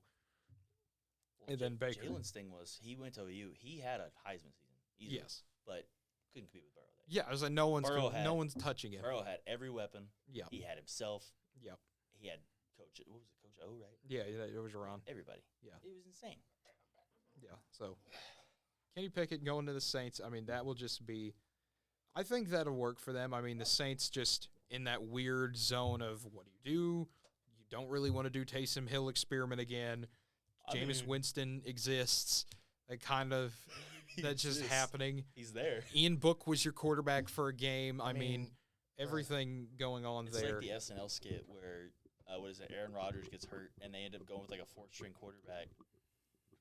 It's like Jared Schlepp or something. Yeah, like where it's just like the most random person you could think of. What is it? Mike Glennon. Mike Glennon. So, no. We need Mike Glennon and Nathan Peterman to team up. What is it? Ben DiNucci. You guys remember when the Bears gave $15 million to Mike Glennon? It's great. It's a good time. How incompetent the Bears are. Whenever the Vikings gave $35 million to Kirk Cousins? Yeah, so we talked about that. Except Kurt's better than Mike Glennon. Pepperidge Farm remembers. They do. And I'm Pepperidge Farm, and I'm pissed. Anyway, what pick did the Saints have? 18th. Okay, first quarterback at 18. First quarterback. Yeah, they got Mike Pickett. Okay. Close enough. What's his name? Kenny Pickett. Fair enough. I was talking about Mike Glennon. So you combine the two into some unholy combination. The best guy of all time. Right there. He's better than Dak. Yeah. The Eagles getting a third first-round pick, the 19th pick, and here they're projected to go after Devin Lloyd, the interior linebacker from Utah. Okay. I mean, Utah, solid defense. I mean, any of those Coach Winningham teams, just fun defensive, gritty teams to watch. Exactly. And then the Steelers with the 20th projected pick, expected to go after a quarterback, Malik Willis out of Liberty. Malik Willis out of Liberty. He had a really great year with Liberty. He's had some pretty good years. Hugh Freeze being his coach, they know how to run an offense out there. Dual threat quarterback, great, fun, fast player to watch. Because if you're a dual threat quarterback, you better get it while you're hot. Otherwise, you're pretty much going to be burning out pretty quickly. Yeah, so they expect Willis here because the Steelers. I mean, Trubisky is just kind of a bridge guy. They expect, Dwayne Haskins, that's probably not going to work out. There's a reason why Dwayne Haskins got kicked out of from the Commanders. Yeah. I had to rephrase that because he got punted. Yeah, he got punted. There we go. Josh Dobbs, that'd be funny if that happened, but I don't think it will. No. Doug Hodges can't save him right anymore. now. If you don't until Malik Willis gets there, your best quarterback there is Mason Rudolph. And the thing is, Rudolph hasn't gotten as much of the thing. Really, has people are like, he says man doesn't get a lot of reps. It'll be interesting. And also, man didn't get to play a whole season. Also, he got knocked out for. He was okay at OSU. He kind of got overhyped, I feel like. Okay, what happened was obviously freshman year came in. He had to play because we didn't have any quarterbacks. He did all right. He had a solid set. I think his best year was his sophomore year. Then he kind of stagnated during his junior year, and then he got lucky. The defense, he got lucky. Yes. Uh, Trace Ford, for Malcolm, a lot Brock Martin, all those guys. for that 2017 year, they got lucky that they won as many games as they did before they finally. That obviously you had the shootout with Bedlam, and then the next week OSU proceeded to get beat by K-State. Me and my buddy Hunter, we went on a visit to OSU when they played Central Michigan that one year in 2017. Oh yeah, that was the play that should never have happened, but that was so much fun. The game was amazing. Oh yeah, game was. We were sitting in like the section by ourselves. There was no other recruits. It was just me and him. I told Cade this. What happened was I was there until like when I left the game right after Mason threw the ball. Yeah. So and as a lot of everyone else did, we all left the stadium because everyone was leaving. And whenever they threw the flag, me and Hunter are sitting there. We're getting up and we look and we're like, we gotta sit back down.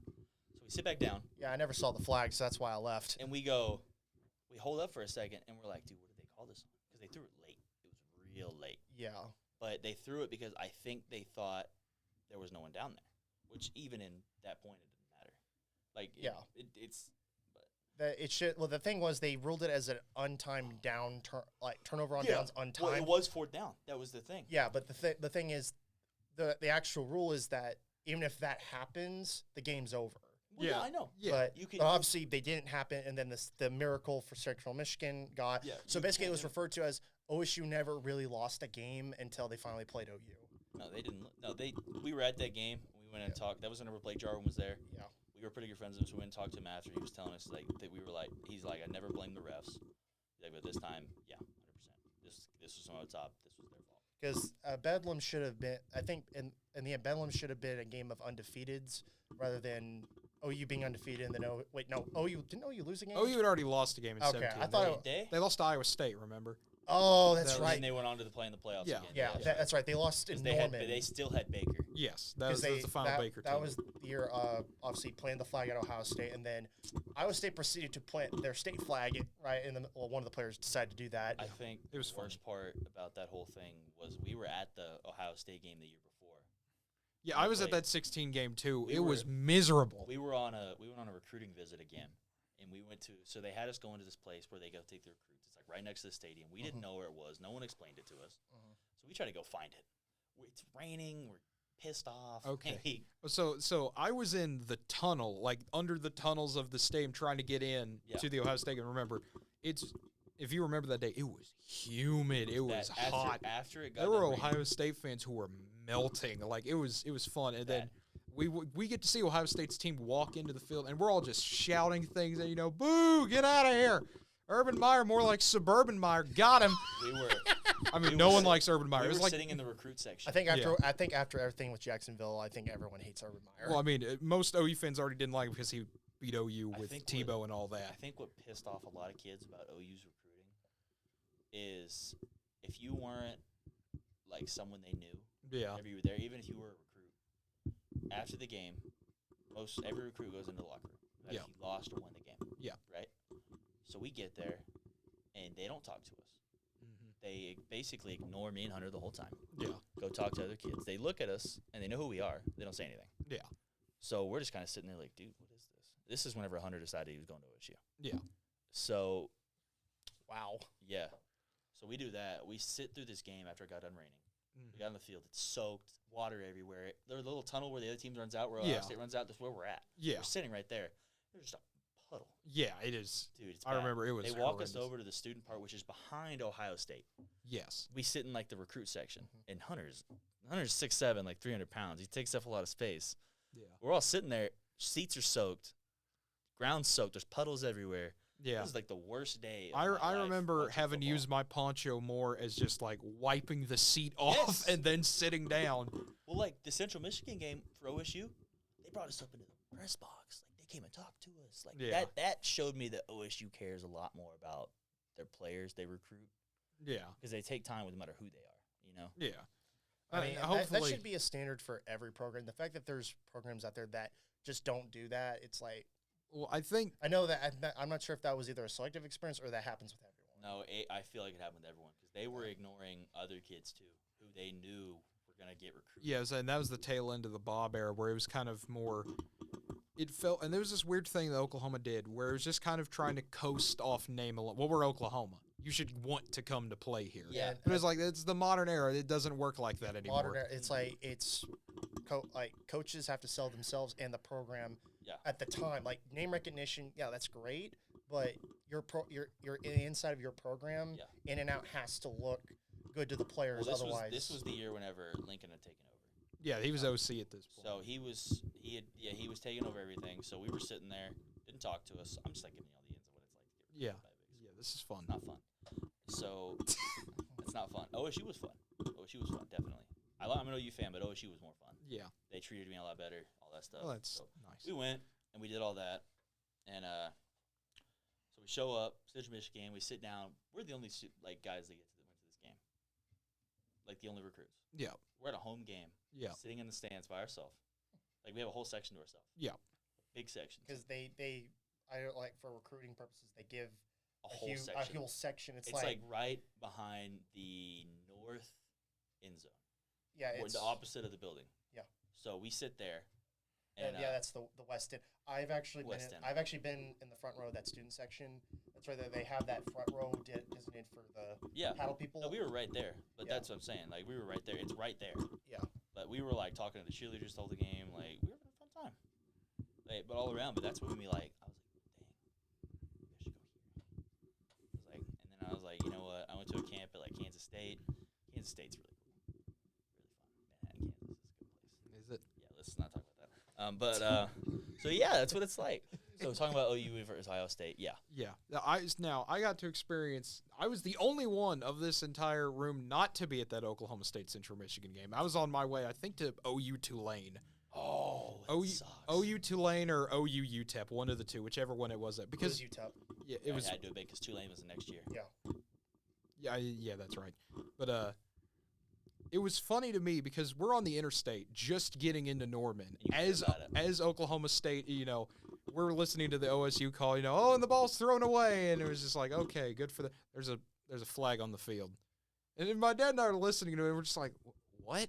What do you mean there's a flag on the field? Well, and my dad's like, well, he did launch the ball to the other side. That is intentional grounding. I don't think they'll call anything.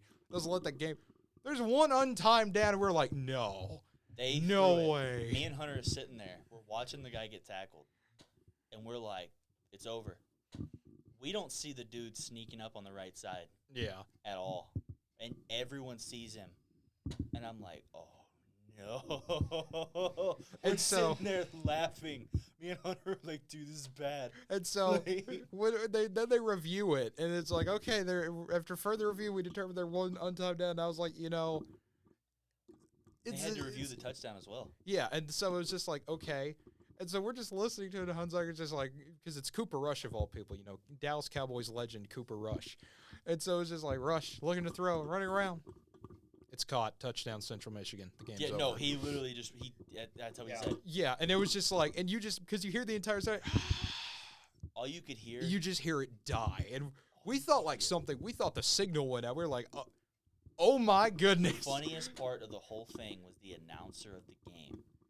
Yeah. He says at the end of the game, he goes, Central Michigan wins. Oh yeah, Larry. With that monotone voice. Yeah. And so the entire I-35 starts lighting up. People start honking their horns and celebrate. And my dad and I are just dying laughing because it's like now they know how it feels to be us with that OU Oregon game. OU Houston, dude. Yeah, I mean. In 2016. Yeah, there's some. Oh my gosh, we lost the opener to Houston. I know. But then we ended up going to the playoffs again, so that was kind of like Well. big things. All right, let's go Yeah. back to what were we on? Anyway, we were on NFL mock draft pick we were on number number 20. Talking about Malik Willis. I don't know how we got off to both of we those. started talking about OU and OSU. Yeah. But Mike and Perkins, refs threw a flag due to a conference rule in the MAC, not Big 12. That flag should have never been thrown. I mean, not wrong. Flag. I mean, everyone. I think everyone agree. Yeah, and that should never have happened because obviously rules. If you can't throw that flag. He still But did throw the ball away. Yeah. Like there was no receiver in the end zone. The thing where is, he was at. but here's the problem. OSU ran that play before, never got called on it. Well, yeah. That's why it was. That's why they did it. The only reason I think they didn't call it the first time was because you can see a player off to the left side. He's within 10 to 15 yards. That's still not enough. He's in the area, but the last one, honestly, there was no one. They all ran like 5-yard outs and curls. Like I get that sentiment, but the problem is you can't just not call it and then proceed to call it the next time. The only reason they didn't call it the first time is because the guy was within like 20 yards. He thought Mason just overthrew it. The second one, there was nobody. Yeah. That's why they called it. That's But they hang shouldn't. on to the football as long as you can, and then at the last second, just throw it right out of bounds. To He someone. did. Or just run He threw it backwards. out like 0 No, seconds. he threw it to the. Well, I'm saying like with the one on Central. He threw it toward the end zone. He threw it to the left side around the 22-yard line. I remember where it was at. It was like, it was wild. Go ahead. Anyway, New England Patriots have the 21st pick. They're projected to get Jameson Williams, the wide receiver out of Alabama. Okay. One of the fun threats on that team. And, I mean, he tore his ACL in the national title game. I think he should be back, hopefully to full strength, because if he is such a dynamic weapon. Fair. I'm not going to lie to you. I got to go write that paper, man. Yeah, well, hey, don't worry. We all got stuff we got to do. We're almost done. We're at pick 22, and then we'll get out of here. Okay, cool. I was going to, like, if y'all wanted to keep going, I was going to just. Well, Yeah, we're getting ready to wrap up anyways once we get done with the first round here. Fair So we can enough. kind of speed around this. So I just thought I'd tell you. Packers have the 22nd pick via Las Vegas. They're currently going after in this mock draft Kenyon Green, the guard out of Texas A&M. I mean, Texas A&M. That's a good pick, yeah, actually. not a bad pick. That's a really good pick. Get offensive line help. Arizona has the 23rd pick. Devontae White, the defensive tackle out of Georgia, is who they're targeted to have. So Georgia's putting up a lot of defensive players. they this are. year. Yeah. They've put up a lot. They've put up, 3 D tackles? Yeah, I First mean, round? four guys already. 2. That's crazy. Yeah, I know. And Yeah. then the Cowboys, how about them? 24th pick, Tyler Smith, the offensive tackle / guard out of Tulsa. They have That's who they're Dallas expecting. is having to replace guys they just lost to free agency. Dallas Yeah, needs in that's true. everything. Dallas literally cut freaking – he got rid of Amari Cooper. They traded him for pennies on the dollar. They got a 5th round pick, Didn't they have to pay him $20 million? something like that. Yeah, they're still. I think they're still having to pay some of that. Jerry Jones contract. is literally the only reason his team doesn't do good. Yes, It's great. Single-handedly has decimated because he wants everyone to follow him, not actually let What they need to do. what they need to do. That's the reason why it's hard to. That's why Jerry, like I said, it was single-handedly why I just cannot root. I could not root for Dallas. I'm not going to go back to rooting for them. Funniest thing I ever saw was, whenever – have you played Spider-Man on PS4? No. Yeah, So I there's have. There's a thing whenever he's pulling the truck up with the webs and the truck's about to hit him. It says going to the Super Bowl, and he's the Cowboys, and Jerry Jones is the cop car that hits the truck to stop it. Nice. That's great. That is pretty funny. Like, it's bad, bro. The Bills have the 25th pick, and they're projected to go after Jahan Dotson, the wide receiver out of Penn State. Dotson, Not a bad- pretty that's good not wide a bad receiver. choice at all. Keep building up pick. that offense. Yeah. Tennessee is the 26th pick. They're projected to go after a guard center, whichever one he needs to be. Zion Johnson out of Boston College. That's good, actually. I like Yeah, that. but, He's a good center. He is. I mean, they could continue to pound the ball, get more offensive linemen. I think it seems to be a more defensive-heavy draft, little especially bit, after yeah. the first round. Well, But the fact he had 3D the thing tackles is, you pulled have out. players all over are that because you're not really dealing with quarterbacks, so it's like everyone else is actually getting a chance to really shine a bit. Well, more. yeah. I mean, you got to think. You had 3D tackles drafted in the first round. Yep. Like, and but here's the thing. They're from the same school. But it's still really But good. you got to think of the 4 edge rushers we didn't mention. Like, we did mention them, but you Yeah. weren't in here for that. You Yeah. had to walk out. But we had 4 edge rushers, and you had a guy that plays linebacker / corner and linebacker Yeah. and all that. plays all the positions. He plays an apex, which is like a 7-yard out. So he'll like back out and be like an extra linebacker in like a nickel package. Yep. And then Tampa Bay, 27th pick, Breece Hall, the running back at Iowa State. Good choice, actually. I mean, yeah, it gives you some depth at 100%. running back with Fournette. I mean, that's a 1-2 combo. Fournette is insane. That's a 1-2 combo right And there. laughs whenever he gets hit. He does. Packers again with the 28th pick, projected Treylon Burks, wide receiver out of Arkansas. Bigger receiver to kind of compare, 6'2". Who's the team that drafted him? Green Bay is what's projected here. That actually kind of makes sense. You guys can wrap up the show without me. I gotta go. All right, bud. It's like, give more weapons to the Packers. And then Miami, the 29th pick, via San Francisco. N'Kobe Dean, interior linebacker from, take a shot, Georgia. That's So, 5 that's guys 5 from Georgia guys. in the first round. It is Half. It's almost half guys. their. It is half their defense. Yeah, I mean, my goodness. Well, I mean, just incredible. And then the Chiefs with the 30th pick, George Karlaftis, the defensive end from Purdue. Okay. It gives the Chiefs a little bit more I don't mind. defense there. Yeah. That kid's so inconsistent. Yeah. He's very inconsistent on his Yeah. edge rushing. He's not always going 100. I mean, you know what he ranked 29th in total sacks and also 31st in rushing yards allowed per carry. But I mean, he's an all-around defensive end. Yep. I mean, if they let him develop well, he could be good. But I could also He's got to get to the mental block, dude. When he gets Yeah. tired, he gives up. Yeah. That's his problem. But other than that, I mean, he's all around got the talent Yeah. to do it. And then the Bengals with the 31st pick, Travis Jones, defensive tackle out of Connecticut. Yep. They should have picked up an old lineman. I mean, why would they ever do that? They're never going to do it in any mock draft or draft, it feels like. Dude. They're going to go after that defense instead. And then Detroit with the 32nd pick via the Rams, Matt Corral, the quarterback out of Ole Miss. Wait, who did you say? Matt Corral, Oh, the team, my bad. Detroit, drafting Ole Miss's quarterback. Oh, Now, that could be a fun team. that's gonna piss off Jared Goff. Yeah. Love it. Goff would not like that. Yeah, but Kuiper just does not see Goff as the future of that team, so No. he thinks they'll go after a quarterback. He hasn't been the future of the team since any team since 2017. Yeah, it's true. Like he should have been given up a long time ago. I mean, probably. When he went past and they had what was it the season they went to the Super Bowl? He dropped off. Yeah. Immediately. I Todd Gurley dropped off too. Aaron Yeah. Donald's the only one from that I think original team. I think so. I mean, they have turned over so much since then. Yeah, they picked They up. really They had have. experience on their O line as well. Yeah, I mean, it's just insane to think about. Andrew, So many people that were on the Rams just even 2 years ago. Yeah. is gone. Andrew Whitworth is I think the reason their O line was that good. Yeah. His experience, toughness. Mm-hmm.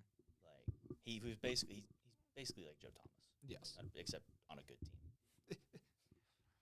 Like yeah. And that will wrap it up for tonight here. It has been a fun time, JD. Appreciate it having you on the show. Feel free to come on any other time. Of course. Just anytime you want to come in, if we've got breaking news or something like that, or Fair enough. just in general. I know you're mainly a football guy, as am I. But if there's any Yep. other, especially when we get to NBA playoffs, Let's start talking about hockey, man. I mean, we can talk about hockey. Ice dancing. I don't know about that. I don't know. I don't want this to turn into a curling thing either. But No, we need to do curling. Have you seen the guys that curl, I bro? have not Ugh, seen. the manliest looking guys ever. it doesn't surprise me. Does not surprise me. But for JD Eddy, for Connor Gray, who had to, I don't know what he had to leave for, but I don't know. But he's gone. I think never mind. Just go. I don't know. Yeah, so let's not say stuff. I'm not saying anything. Yeah. I think he had work. That's what I was He gonna might say. have, but That's what I'm saying. yeah. But appreciate him being here as well. I'm Cade Kennedy. If you like what you heard tonight, feel free to give us a follow here on Twitch. Subscribe to our YouTube channel, NWTV7, or give us a follow on Facebook, Twitter, Instagram, or even TikTok. We do have a TikTok now. That is NWTV7. So we thank you for tuning in. I will be back Friday with Joshua Henn for another episode of The Bottom of the Barrel. We don't know what movie we're going to do yet, but we will talk about Morbius a little bit after. I mean, we've got a special Thursday night showing going on at Rialto. We'll try to watch that and review it for you. And then Monday will be another episode of The Ranger Room. Andrew and I should be back. We might live react to the national championship game. That's something I kind of have planned in my head. If you want to hear any of that, be here for a part of it. Come on back Friday or Monday night, and it'll be a fun time for sure, folks. But until then, have a great night, everybody.